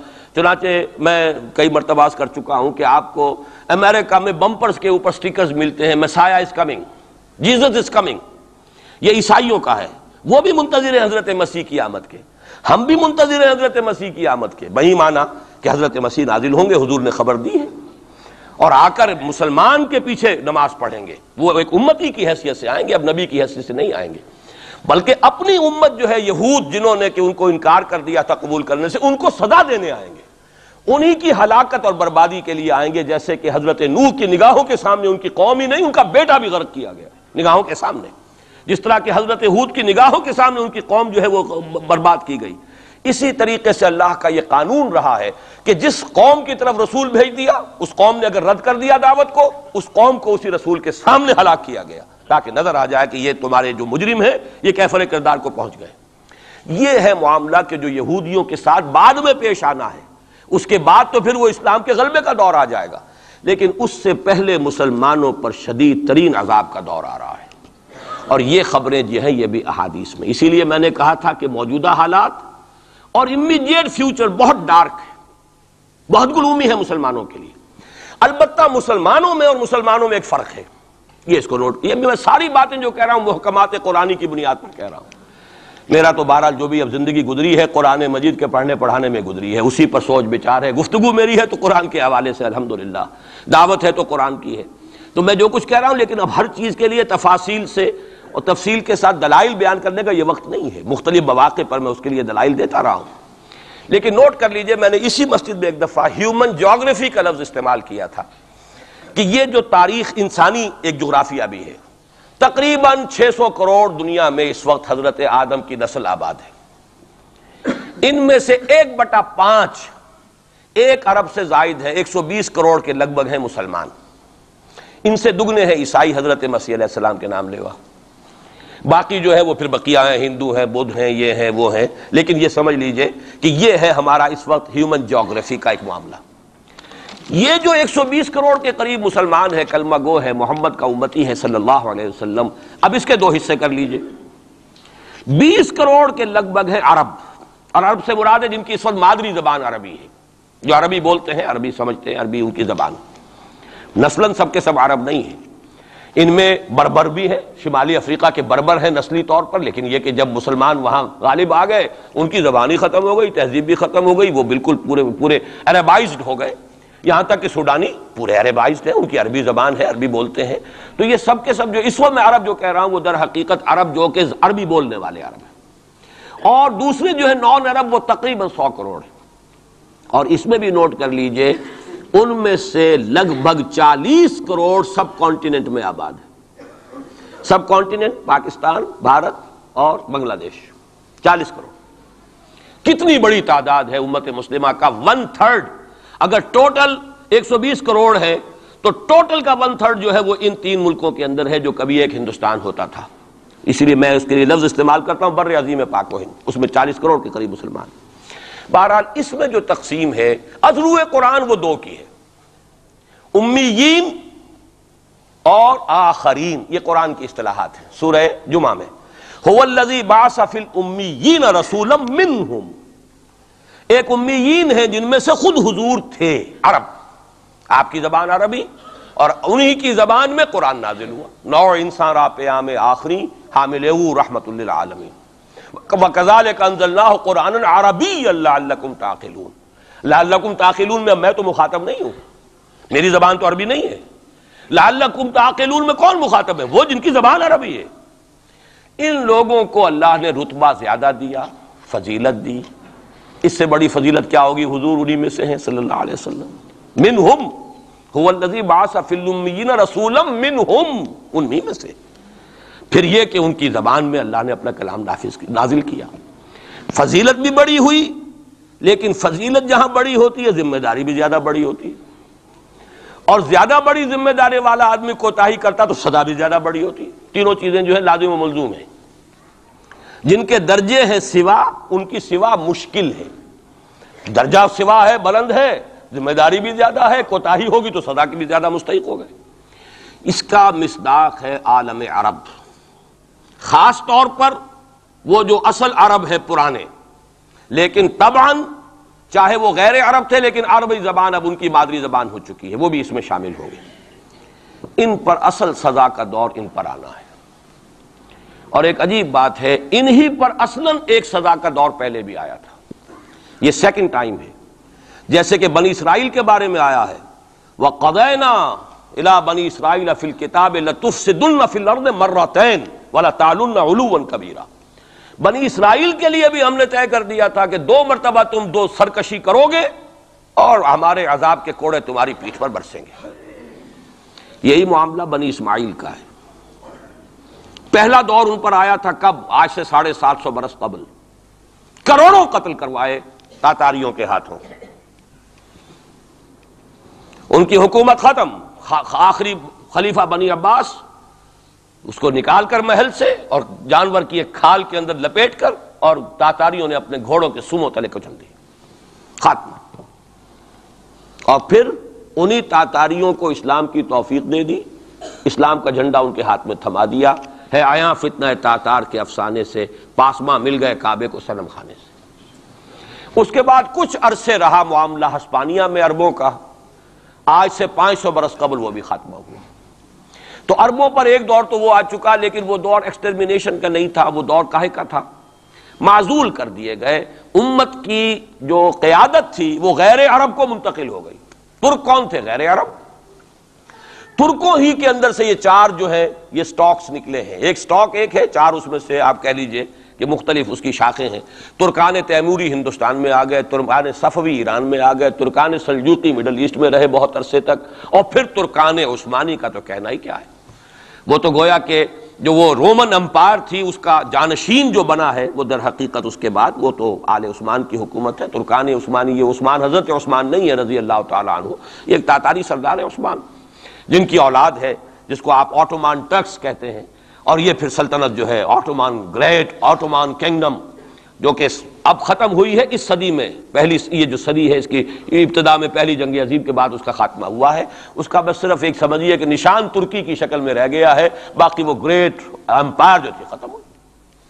اسی کے ریمیننٹس بوسنیا میں بیٹھے ہوئے ہیں جن کے اوپر اس وقت ظلم ہو رہا ہے، انہی کے جارجیا میں بیٹھے ہوئے، جارجینز تو ہیں بھی اصل میں ٹرک، نسلاً ٹرک ہیں، بوسنینز جو ہے ٹرکس نہیں ہیں، لیکن یہ اسی زمانے میں اسلام لائے تھے جبکہ یہاں پر آل عثمان کی حکومت قائم ہوئی تھی اور پورا مشرقی یورپ جو ہے وہ ترکان عثمانی کے زیر نگین تھا۔ بہرحال یہ ایک سزا کا دور جو ہے وہ تو آ چکا، دوسری سزا اور سختر سزا کا دور اب آ رہا ہے۔ اس کا آغاز گلف وار سے ہو چکا ہے۔ جیسا کہ میں نے عرض کیا، ٹائم ٹیبل کوئی نہیں دیا جا سکتا، خبریں موجود ہیں، اس کے بعد یہ ہونا ہے، یہ ہونا ہے، یہ ہونا ہے، اور 8 اقساط میں ہم ندائے خلافت میں وہ مضمون شائع کر چکے ہیں جس میں احادیث میں زیادہ تر سنن ابی داؤد کی روایات ہیں، بڑی تفصیل موجود ہے، اور یہ ہے مجھے بھی پسند نہیں، آپ کو بھی پسند نہیں، اور پسند نہ ہونے کی وجہ سے زبان پر ہم نہیں لاتے، اسی وجہ سے لوگ جو ہے ناواقف ہیں۔ یہ سارے ممالک حدیث میں موجود ہے کہ مسلمانوں کے ہاتھوں سے نکل جائیں گے جنہیں یہودی گریٹر اسرائیل میں شامل کرتے ہیں۔ شام سارا، عراق سارا، مصر کا ڈیلٹا جتنا علاقہ زرخیز ہے اس کا جو بھی اچھا علاقہ ہے سارا، شمالی حجاز کا علاقہ سارا، یہاں تک کہ حدیث میں تو آتا ہے کہ مدینے کے دروازوں تک پہنچ جائیں گے لیکن مدینے میں داخل نہیں ہو سکیں گے، اللہ تعالیٰ خصوصی حفاظت فرمائے گا۔ لیکن یہ کہ مدینے کے دروازے، اب مدینے سے اوپر کتنا حجاز کا علاقہ ہے، عرب کا، سعودی عرب کا، ترکی کا بھی مشرقی علاقہ جو ہے یہ سارا موجود ہے، احادیث کے اندر موجود ہے۔ تو یہ بڑی تلخ بھٹی آنے والی ہے۔ لیکن دوسری بات جو میں عرض کرتا رہا ہوں، اب اس کے حوالے سے آئیے اس روح عرضی پر، اچھا یہ بات بھی سامنے رکھ لیجئے، یہ کیوں ہے سزا؟ سزا اس لیے ہے کہ ہم نے اسلام سے بے وفائی کی، سیدھی بات ہے۔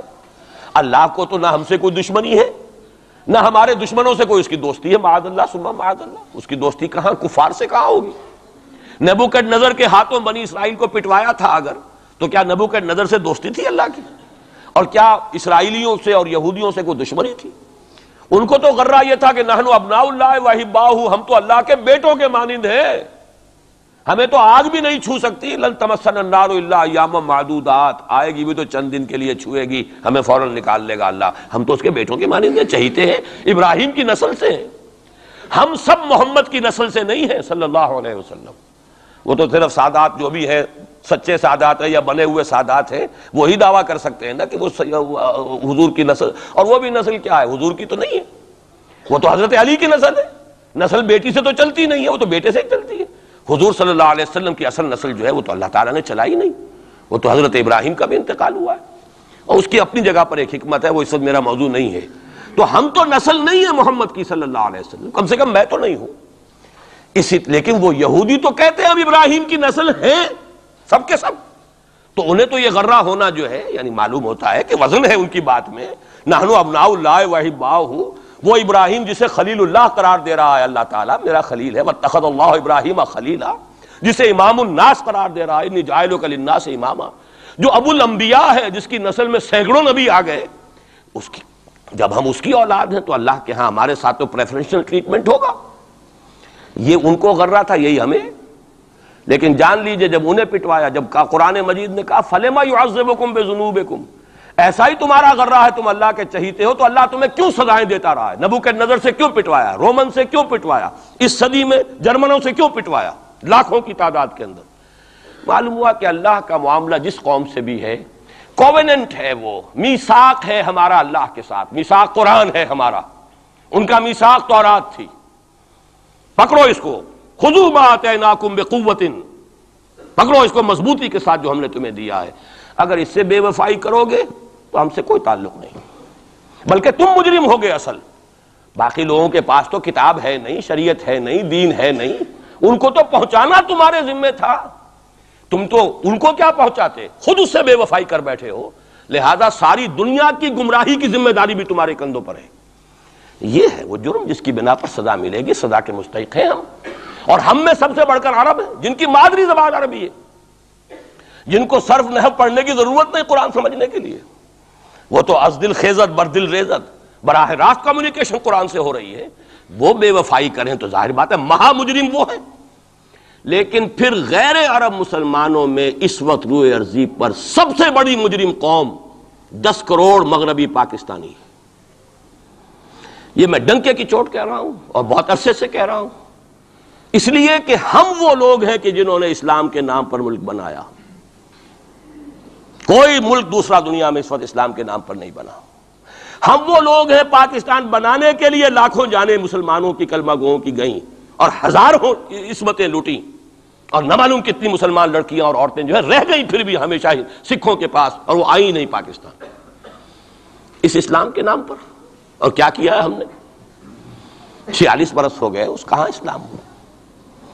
لہذا اس سے بڑی مجرم قوم عربوں کے بعد ہم یہ کہہ سکتے ہیں ہمارا عام آدمی قرآن نہیں پڑھتا، قرآن جانتا نہیں، ٹھیک ہے، اپلی ہے کچھ نہ کچھ، اس اعتبار سے ان کے بعد نمبر ہمارا ہے، لیکن باقی پوری دنیا کے مسلمانوں سے بڑھ کر مجرم ہم۔ اور ہم اصل میں نہ صرف یہ کہ خود اپنے حصے کے مجرم ہیں، بھارت کے مسلمانوں کا بھی سارا وبال ہماری گردن پر ہے۔ آج میں چاہتا ہوں کہ اس کو آپ اچھی طرح نوٹ کر لیں۔ بھارت کے مسلمانوں نے، جسے آپ فرض کفایہ کہتے ہیں، نماز جنازہ فرض کفایہ، چند لوگوں نے بھی کسی مسلمان کی نماز پڑھ لی تو سب کی طرف سے ادا ہوگی، کسی نے بھی نہیں پڑھی تو سب مجرم ہو جائیں گے، بستی کے سب لوگ مجرم ہوں گے۔ بھارت کے مسلمانوں نے فرض کفایہ ادا کیا جب پاکستان بنوا دیا آپ کو، اور اس کی قیمت آج بھی وہ دے رہے ہیں، کھلے نعرے لگ رہے ہیں، مسلمان کے 2 استھان، پاکستان یا قبرستان، تیسرا کوئی جگہ نہیں۔ ڈنکے کی چوٹ کہا بابری مسجد کے بعد ایل کے اڈوانی نے، ہم ساری مسجدیں گرا دیں گے ہندوستان کے اندر، کوئی مسجد باقی نہیں چھوڑے۔ ڈنکے کی چوٹ، اعلانیہ، یہ سب کچھ ہو رہا، اور یہ نعرے تو نہ معلوم کب سے لگ رہے ہیں، اور نہ معلوم کب سے میں یہاں ان مسجدوں کے اندر بھی اور اپنی تقریروں میں غور کرتا رہا ہوں کہ کیا وہاں ہو رہا، لیکن ہمارے تو کان پر جوں نہیں ریگتی، ہمارے تو وہی دھندے ہیں، وہی کاروبار ہے، اپنا بزنس ہے، اس کے سارے مسئلے ہیں، اس کی اپنی بلڈنگیں ہیں، اپنی موٹریں ہیں، اپنے ٹیلی ویژن ہیں، اپنے کئی کورسز کے ڈنرز ہیں۔ اللہ خیر صلی اللہ، ہمیں بحث کیا اسلام سے؟ تو بتائیے ہم سے بڑا مجرم کون ہوگا؟ آج جو کچھ ہندوستانی مسلمان پر بیت رہی ہے اس کا جرم ہمارے کندھے پر ہے۔ یہ میں جذباتی انداز میں نہیں کہہ رہا، میں تو 2 اور 2 4 کی طرح ثابت کر سکتا ہوں۔ انہوں نے فرض کفایہ ادا کر دیا، اور اس وقت یاد کیجئے مولانا ابوالکلام آزاد، مولانا مدنی، جمعیت علماء ہند کے علماء اپنے تقدس اور اپنے تدین اور اپنے تقوی کے اعتبار سے انکویسچنیبل، کوئی شک و شبہ نہیں ہو سکتا ان کی نیت پر اور ان کے تقوی پر اور کردار پر، انہوں نے کیا کہا تھا؟ یہی کہا تھا کہ یہ پاکستان بنا کر تم مسلمانان ہند کو 3 حصوں میں تقسیم کر دو گے۔ 3 میں کہا تھا، 2 میں نہیں، 3 میں۔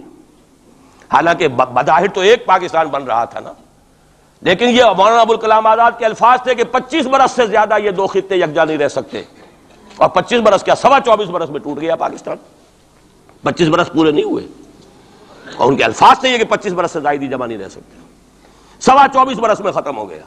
16 دسمبر 1970 کو پاکستان ختم ہو گیا کہ نہیں ہو 71 کو۔ بہرحال نوٹ کرنے کی بات ہے، ہم نے کیا کہا تھا؟ میں بھی مسلم لیگی تھا، میں نے بھی نعرے لگائے ہیں، چاہے غیر شعوری دور تھا، ہائی اسکول اسٹوڈنٹ تھا، پاکستان کا مطلب کیا، لا الہ الا اللہ، فلک شگاف نعرے لگائے ہیں، اور نوائے وقت کا پرچہ انتظار کرتے تھے اسٹیشن پر کھڑے ہو کر، حصار ریلوے اسٹیشن کے اوپر، کہ اب گاڑی آئی اور اب نوائے وقت لیا اور پھیل گئے پورے شہر میں اس کو پہنچانے کے لیے۔ ہم کیا کہا کرتے تھے؟ جی نہیں، 2 طرف سے پاکستان جو ہے مضبوط پاکستان ہوگا، ہندوستان میں کسی ہندو کو جرت ہوگی مسلمان کے لیے کوئی میلی نگاہ سے دیکھنا بھی؟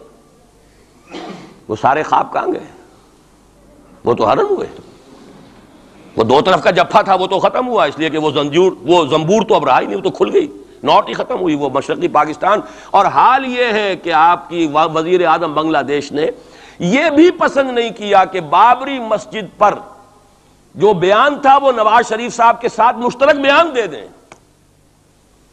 یہ اشتراک بھی دنیا کے سامنے نہ آ جائے کہ مشرقی پاکستان سابقہ اور اس وقت بنگلہ دیش کی وزیر اعظم اور مغربی پاکستان جو اب وٹ ریمینز آف پاکستان کے تحت صرف پاکستان ہے، اس کے وزرائے اعظم نے مشترکہ بیان دے دیا، یہ بھی نہیں آنا چاہیے۔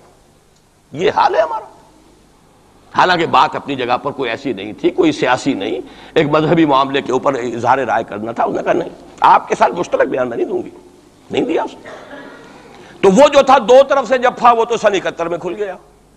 جو ہمارا حال ہے وہ تو ہونا ہی تھا، یہ ملک بنا اسلام کے نام پر، اس کا استحکام ہو سکتا تھا تو صرف اسلام کی بنیاد پر ہو سکتا تھا، اسلام سے غداری کی، لہذا یہاں تو اب قومیتیں ہیں، یہاں تو اب ایتھنک اور ریجنل اور نہ معلوم کس قسم کی اور لنگوسٹک جو ہے نیشنلٹیز ہیں، نیشنلزمز ہیں، وہ جو ایک امت ایک وقت میں بن گئی تھی، ایک قوم، مسلم قوم ہندو کے مقابلے کے لیے وہ تو ختم ہوئی. اور حال کیا ہو گیا ہے، اس سے پہلے بھی کبھی کبھی ہندو مسلم فسادات ہوتے تھے.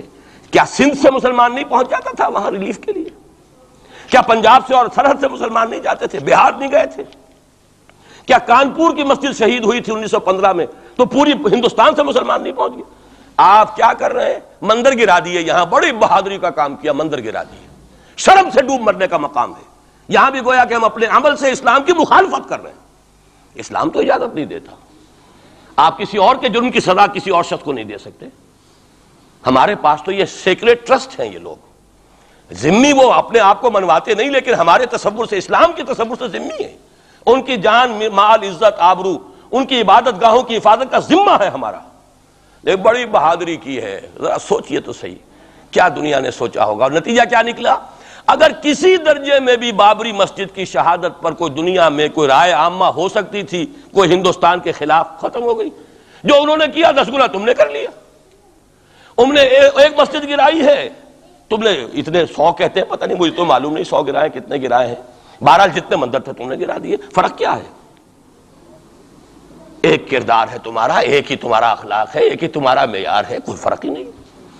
بلکہ وہاں تو کم سے کم یہ تو رہا ہے دنیا کی آنکھوں میں دھول ڈالنے کے لیے کم سے کم یہ کہ فورن منسٹری جو ہے اس نے ڈیزائن کیا. ہم نے مان لیا جی ہم نہیں کر سکے، ہم مجبور ہیں. حالانکہ سب ان کی اجازت سے ہوا ہے، بلکہ ان کی ملی بھگت سے ہوا ہے. لیکن یہ کہ کلیان سنگھ نے فوراً استعفیٰ دے دیا، منسٹری ختم. پھر وہ بھارت کی مرکزی حکومت نے اور بھی پارٹیز کو بھی بین کر دیا. اور اس کے بعد یہ ہے کہ انہوں نے حکومتیں بھی 3 اور صوبوں کی توڑ دی. وہ تو سرخرو ہو گئے پوری دنیا کی جو رائے عامہ ہے. ہم اس کے سوا کیا کر سکتے ہیں؟ ہمارا ایک دستور ہے، دستور میں جو بھی صوبائی حکومت ہوتی ہے اس کی اجازت کے بغیر ہم فوج بھیج نہیں سکتے.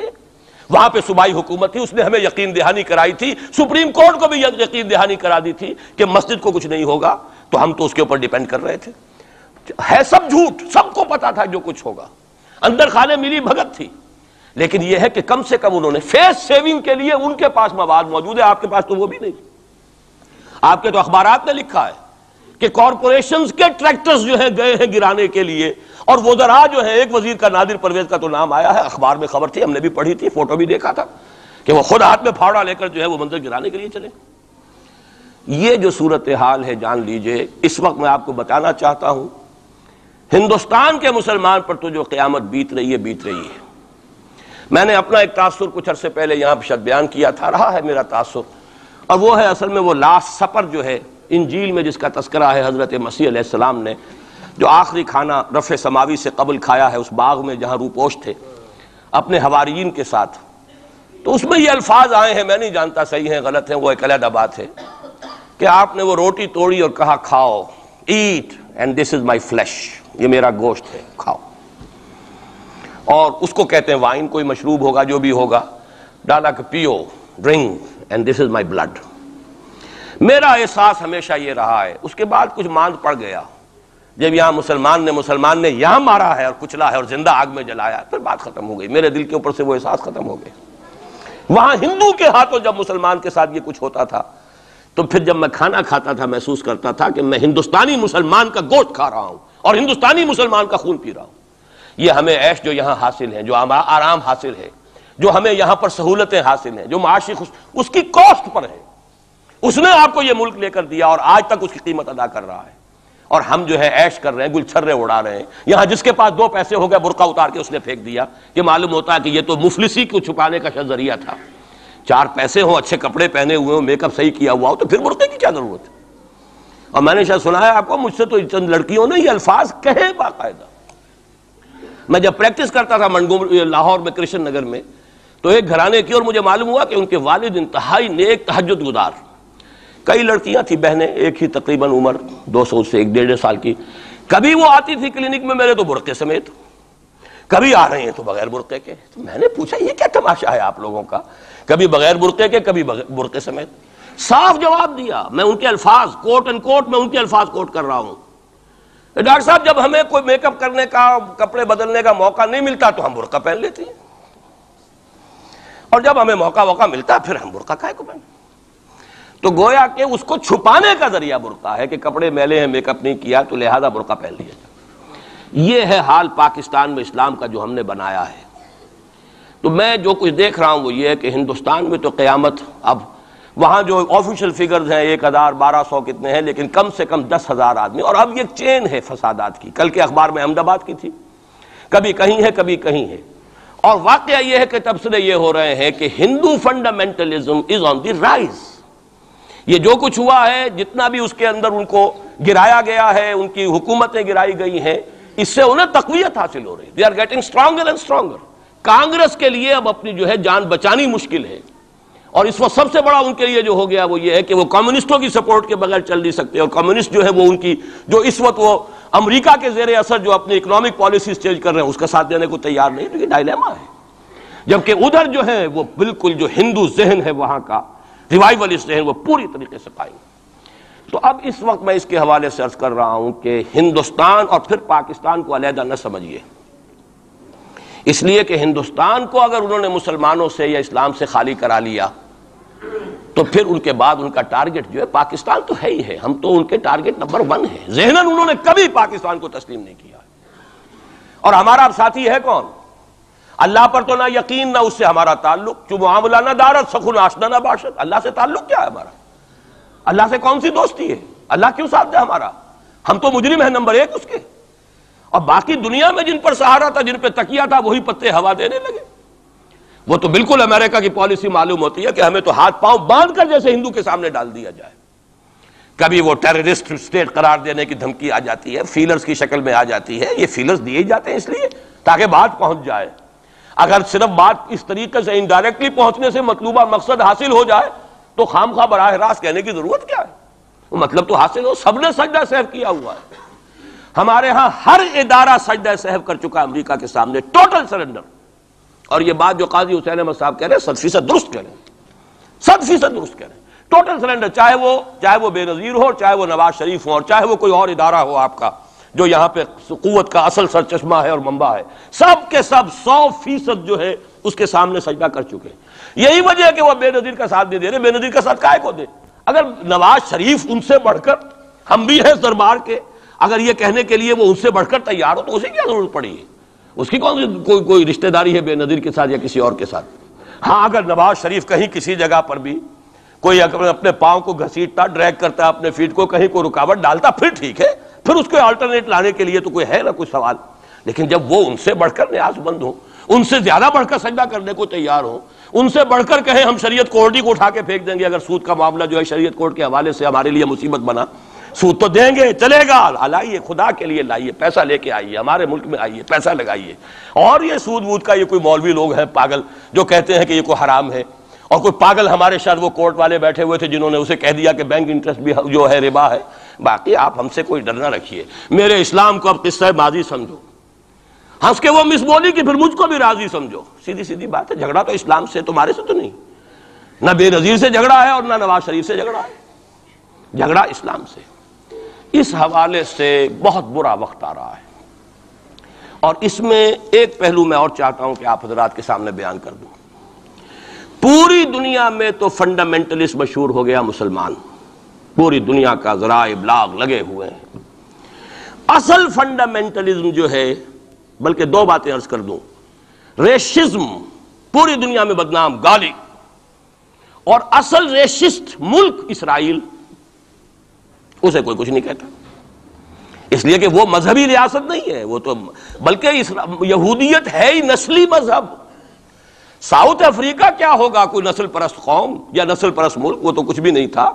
اصل جو نسل پرست ہیں وہ تو یہودی ہیں، انہیں کوئی کچھ نہیں کہہ رہا. ریشسٹ وہ فنڈامنٹلزم اصل جو چلا ہے وہ ہندوستان میں چلا ہے، بدنام پوری دنیا میں مسلمان ہو گیا. لیکن اب اس کا میں بلیم نہ امریکہ کو دے سکتا ہوں نہ کسی اور کو.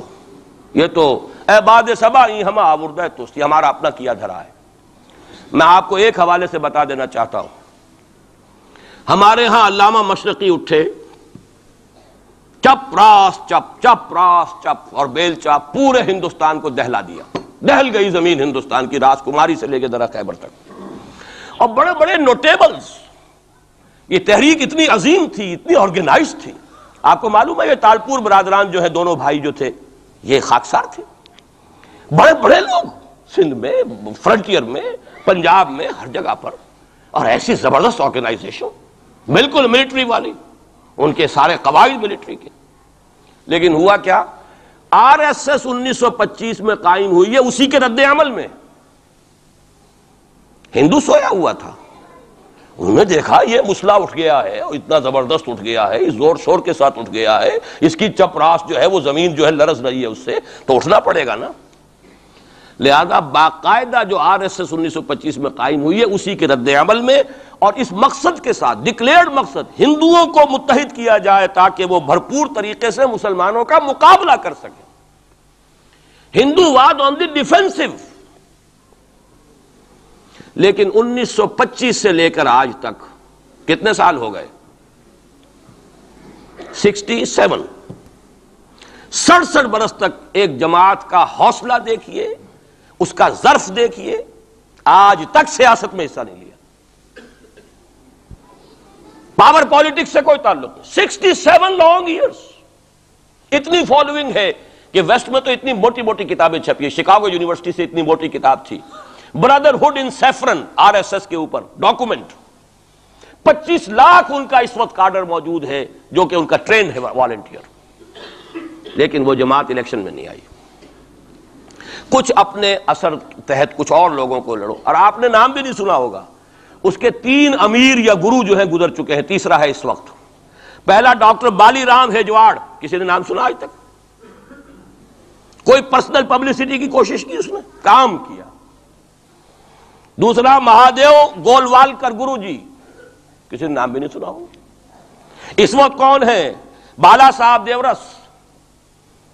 یہ 3 ان کی عمارتیں کہہ لیں یا جو بھی کہہ لیں، خلافتیں ہیں جو آئی ہیں، اور ایسا منظم نظام ہے، لیکن کہیں سیاست میں حصہ نہیں.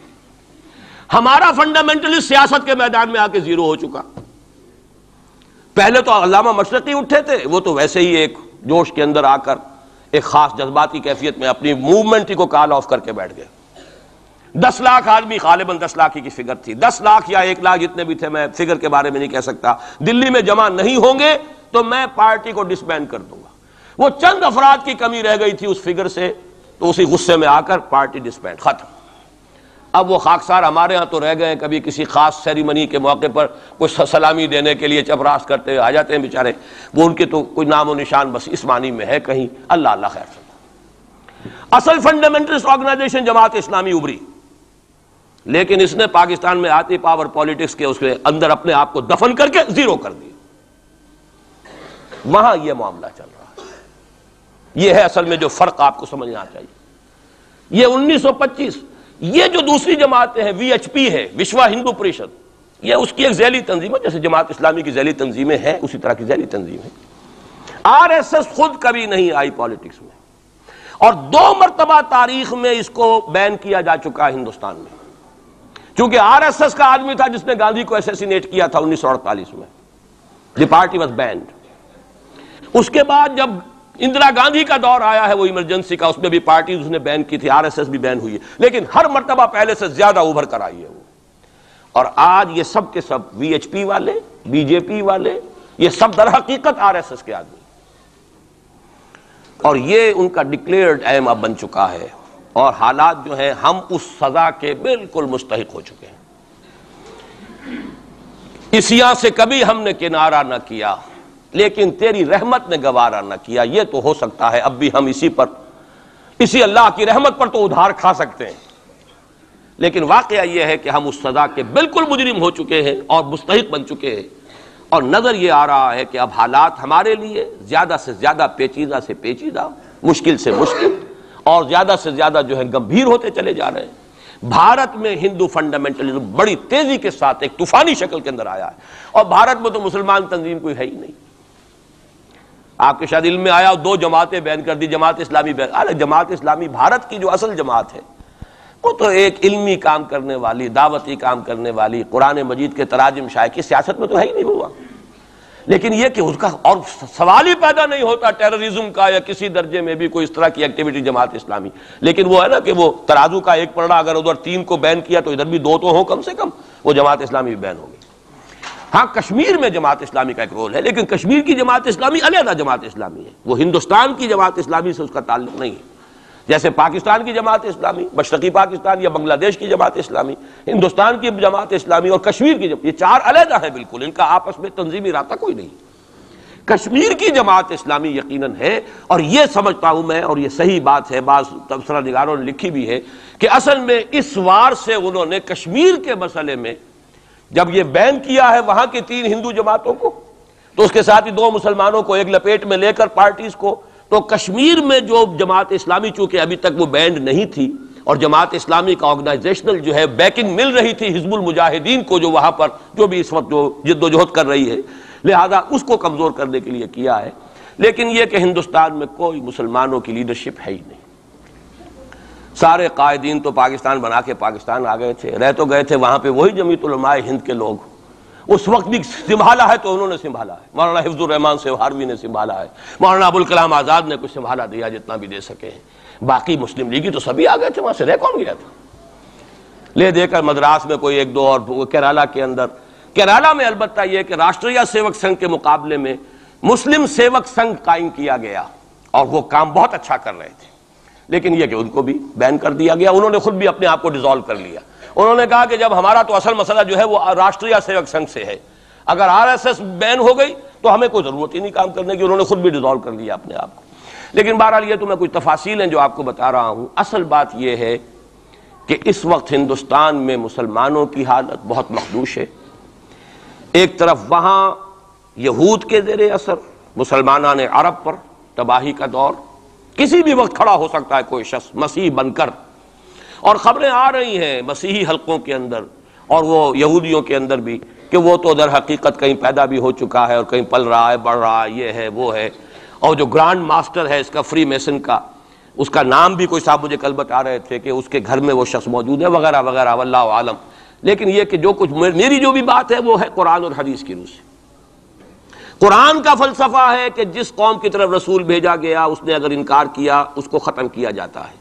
اس میں ایکسیپشن اب تک ہوئی ہے صرف یہود کی، رسولاً الی بنی اسرائیل کی حیثیت سے حضرت مسیح بھیجے گئے، انہوں نے رد کیا، یہ بھی کنڈیمڈ نیشن ہے، لیکن اس کو اللہ نے باقی رکھا ہوا ہے اس کا کوڑا مسلمان پر مارنے کے لیے، بدترین عذاب مسلمان پر لانے کے لیے، اس لیے کہ افضل امت بھی یہی تو ہے نا، سب سے بڑھ کر افضل، سارے نبیوں سے افضل ہمارا نبی صلی اللہ علیہ وسلم، اور ساری امتوں سے افضل ہم مسلمان امت، تو سب سے بڑی سخت سزا کے مستحق بھی تو پھر ہم ہی ہوں گے۔ یہ مولانا اصلاحی صاحب کا جملہ میں نے پہلے بھی کبھی سنایا ہے کہ وہ کہا کرتے ہیں ان کے خاص علاقے میں اعظم گڑھ میں کہ جب کسی کو سزا دینی ہوتی تھی تو چمار کے ہاتھوں جوتا لگواتے تھے اسے، تاکہ وہ اگر راجپوت کو راجپوت ہی جوتا مارے گا تو اس میں اتنا اس کو درد نہیں ہوگا جتنا کسی راجپوت کو چمار جو ہے اس کے ہاتھ سے جوتا لگوایا جائے۔ تو یہ یہودیوں کے ہاتھوں مسلمانوں کو پٹوانا در حقیقت یہ عذاب در عذاب ہے۔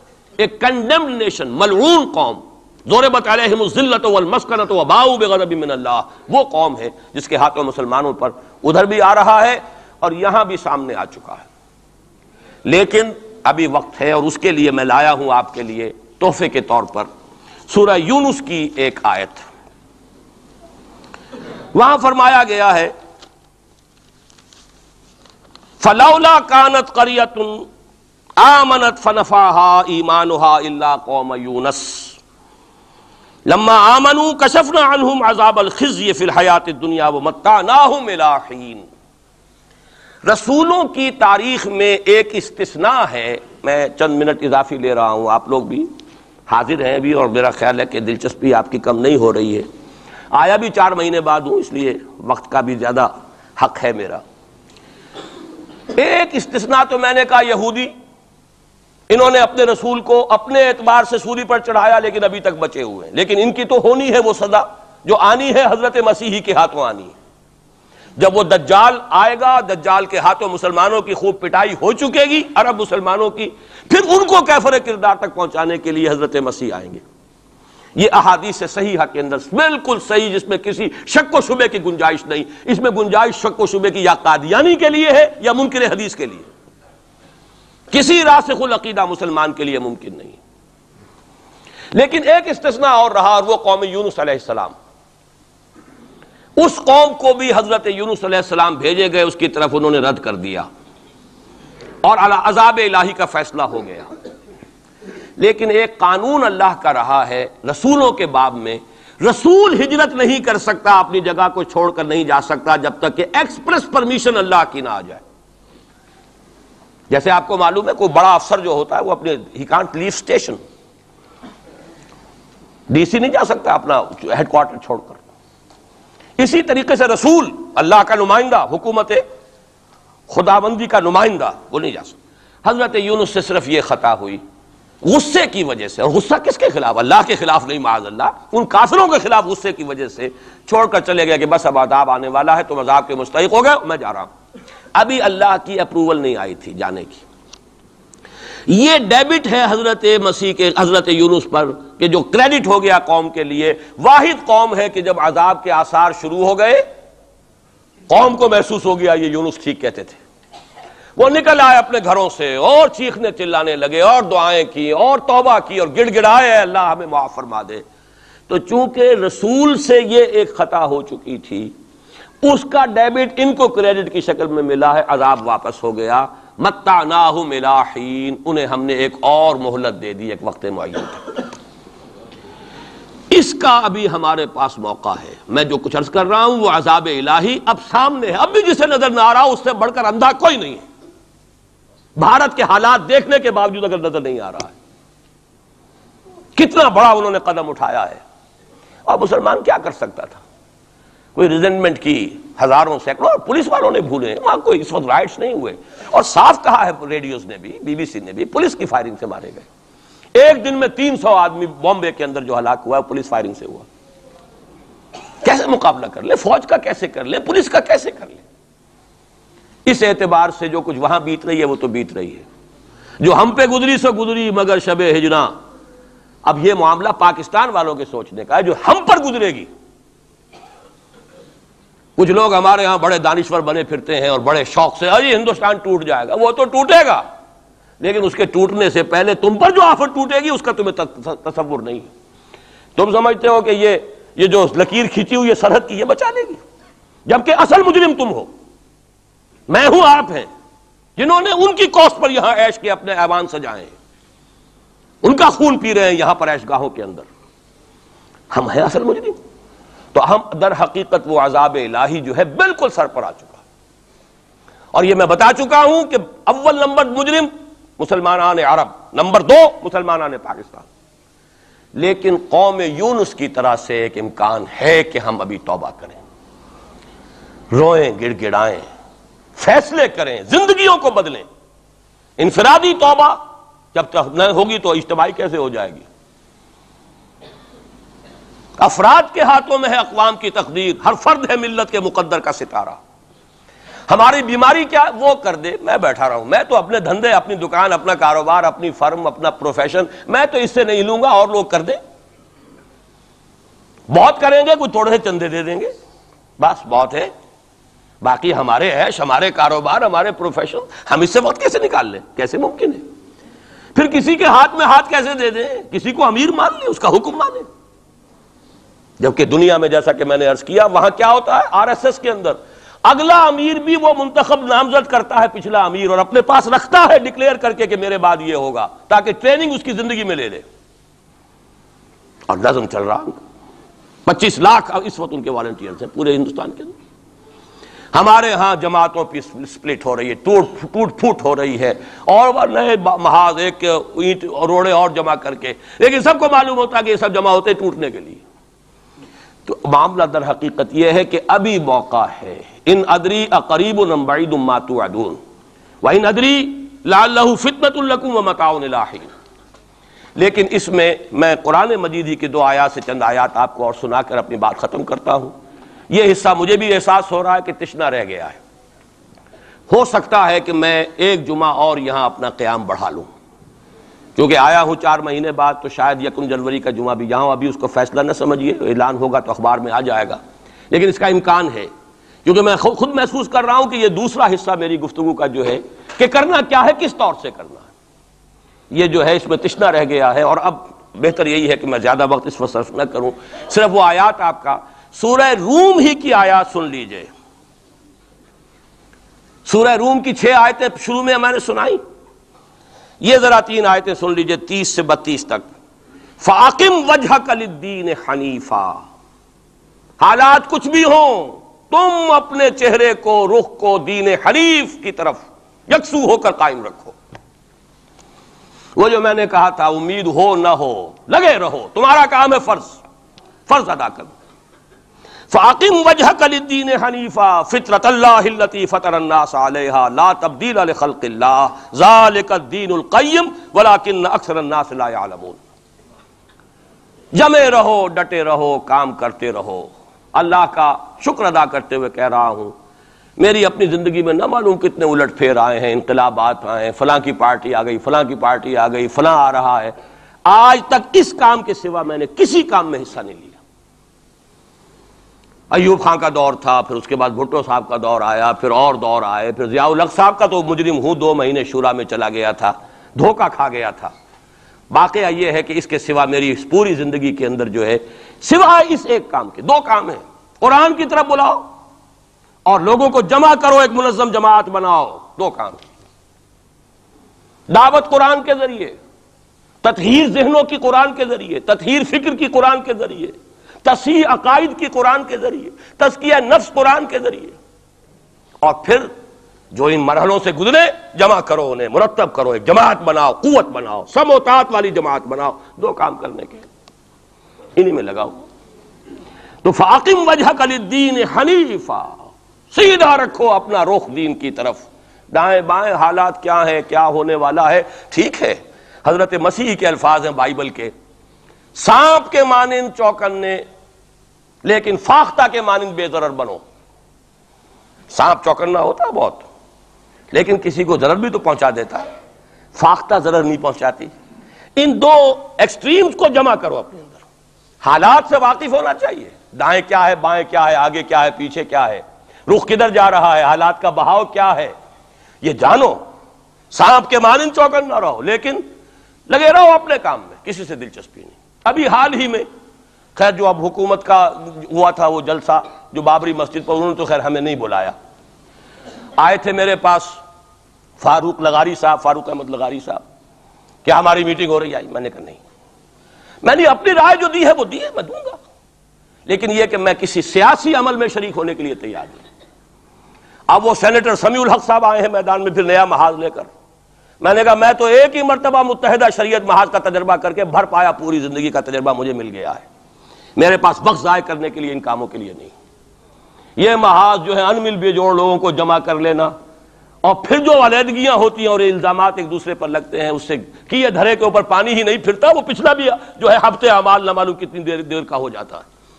نہیں آئے وہ جو NDA کا ہوا تھا ایک کنونشن، ایک صاحب آئے تھے اس کے لیے بھی دعوت دینے کے لیے، انہوں نے پھر جب میں نے انکار کیا تو انہوں نے وعدہ لے لیا تھا کہ کم سے کم آپ میرا نام نہ بتائیے گا کہ بے عزتی ہوگی کہ میں گیا تھا، اور آپ نے مانا نہیں۔ نہ NDA کی کنونشن میں گیا، نہ میں PDA کی کنونشن میں گیا، نہ میں یہ ابھی جو ہوئی ہے کوئی علماء کی مفتی، یہ اپنے سینیٹر کیا نام ہے سمیع الحق صاحب، اس 2 کاموں کے سوا مجھے اپنا وقت کسی اور کام میں نہیں لگانا، سیاست میں جانا ہی نہیں، الیکشن کا رخ ہی نہیں کرنا، بلکہ یہ قرآن کے ذریعے سے دعوت۔ اسی لیے میں آیات سنا رہا ہوں، فَأَقِمْ وَجْهَكَ لِلدِّينِ الْحَنِيفَ فِطْرَةَ اللَّهِ الَّتِي فَطَرَ النَّاسَ عَلَيْهَا، اور آگے فرمایا مُنِيبِينَ إِلَيْهِ، اپنا رخ اسی کی طرف رکھتے ہوئے، وَاتَّقُوهُ، تقوی اختیار کرو، وَأَقِيمُوا الصَّلَاةَ وَلَا تَكُونُوا مِنَ الْمُشْرِكِينَ، نماز قائم رکھو اور دیکھو مشرکوں میں سے نہ ہونا، شرک کی آلائش سے اپنے آپ کو پاک کرتے رہو، دھوتے رہو اور دھو، شرک کی کوئی آمیزش نہ رہے۔ اور دوسرا کام یہ سورہ سجدہ کی آیات ہیں، وَمَنْ أَظْلَمُ مِمَّنْ ذُكِّرَ بِآيَاتِ رَبِّهِ ثُمَّ أَعْرَضَ عَنْهَا إِنَّا مِنَ الْمُجْرِمِينَ مُنْتَقِمُونَ۔ یہ الفاظ بڑے سخت ہیں۔ ان لوگوں سے بڑھ کر ظالم کون ہوگے جنہیں ان کے رب کی آیات کے ذریعے سے نصیحت کی جاتی ہو۔ میں نے جو نصیحت کی ہے اللہ کی کتاب کے حوالے سے کی ہے، جو دعوت ہے میری قرآن کے ذریعے سے، میں نے کوئی کہانیاں، اپنے فلسفے، اپنے کوئی نظریے نہیں تراشے ہیں، قرآن کی دعوت، تعلیم و تعلم قرآن۔ جس قوم نے اس دعوت کو رد کیا ہو، وَمَنْ أَظْلَمُ مِمَّنْ ذُكِّرَ بِآيَاتِ رَبِّهِ ثُمَّ أَعْرَضَ عَنْهَا إِنَّا مِنَ الْمُجْرِمِينَ مُنْتَقِمُونَ، ایسے مجرموں سے تو میں انتقام لے کر رہوں گا۔ اللہ بچائے، اپنے دامن رحمت میں لے لے، ہمیں کوئی مہلت دے توبہ کرنے کی اور اصلاح کرنے کی۔ وَلَقَدْ آتَيْنَا مُوسَى الْكِتَابَ فَلَا تَكُنْ فِي مِرْيَةٍ مِّن لِقَائِهِ، اور ہم نے موسیٰ کو بھی کتاب دی تھی. وَجَعَلْنَاهُ هُدًى لِبَنِي اسرائیل، اسے ہدایت نامہ بنایا تھا بنی اسرائیل کے لیے. گویا کہ اسی طرح محمد ہم نے قرآن آپ کو دیا ہے ہدایت نامہ پوری نوع انسانی کے لیے. جہاں سے میں نے بات شروع کی تھی، قرآن کتاب ہدایت ہے.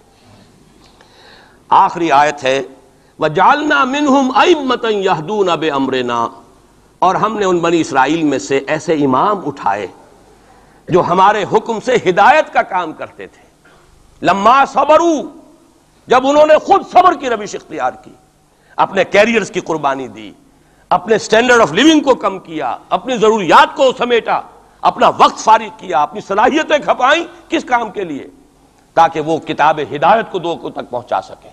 خیرکم من تعلم القرآن وعلمہ، تم میں سے بہترین لوگ وہ ہیں جو قرآن سیکھیں اور سکھائیں. تو فرمایا وَجَعَلْنَا مِنْهُمْ أَئِمَّةً يَهْدُونَ بِأَمْرِنَا لَمَّا صَبَرُوا وَكَانُوا بِآيَاتِنَا يُوقِنُونَ، اور وہ ہماری آیات پر پورا پورا یقین رکھنے والے تھے. اللہ تعالیٰ سے دعا کرتا ہوں وہ مجھے اور آپ کو آیات قرآنی پر پورا پورا یقین عطا فرمائے.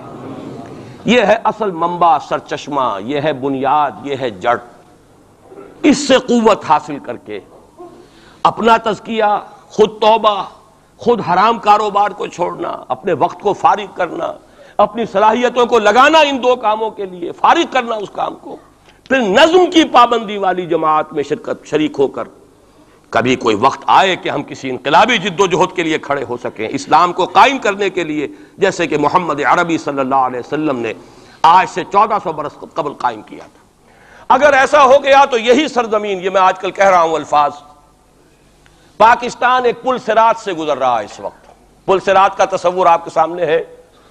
جہنم کے اوپر ایک پل ہوگا جس پر سے جو مسلمان دنیا میں کہلاتے ہیں وہ گزارے جائیں گے. جو منافق ہوں گے حقیقی ایمان سے بے بہرا، وہ ٹھوکر کھا کر گریں گے جہنم میں. اور جو اہل ایمان ہوں گے نور ایمان ان کے آگے آگے دوڑتا ہوگا. نورہم یسعی بین ایدیہم و بایمانہم، اس کی روشنی میں پل کراس کر جائیں گے، جنت میں داخل ہو جائیں گے. ہم اس وقت اس پل صراط پر ہیں. اگر یہاں آئندہ 2-3-4 سال کے اندر اسلامی انقلاب نہ آیا تو یہ ملک نسیم منسیہ ہو جائے گا. وہ بربادی یہاں آئے گی کہ رہے نام اللہ کا. خاکم بدہن، لیکن میں نہیں چاہتا کہ آپ کو دھوکے میں رکھوں. جو دیکھ رہا ہوں وہ دکھا دینا چاہتا ہوں. وہ تباہی آئے گی. یہ در حقیقت یہ تو میں آج سے کوئی 5-6 سال پہلے لکھ چکا، جب میں نے وہ استحکام پاکستان اور مسئلہ سندھ لکھی تھی.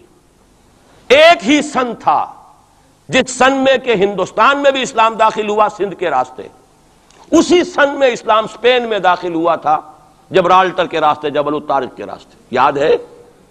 سن 92 یا 93 ہجری، 712 عیسوی، اس میں محمد ابن قاسم اسلام لے کر آئے، ہندوستان میں داخل ہوئے سندھ کے راستے.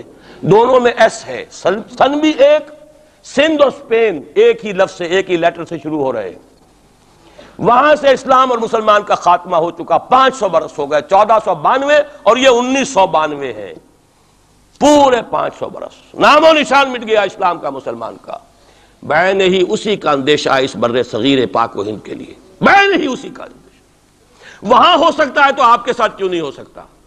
وہ تو پھر بھی عربوں کی اولاد تھے، ان کے تو رشتے تھے صحابہ کرام کے ساتھ، ان کا تو معاملہ کچھ اور تھا، ان کی تو مادری زبان بھی عربی تھی.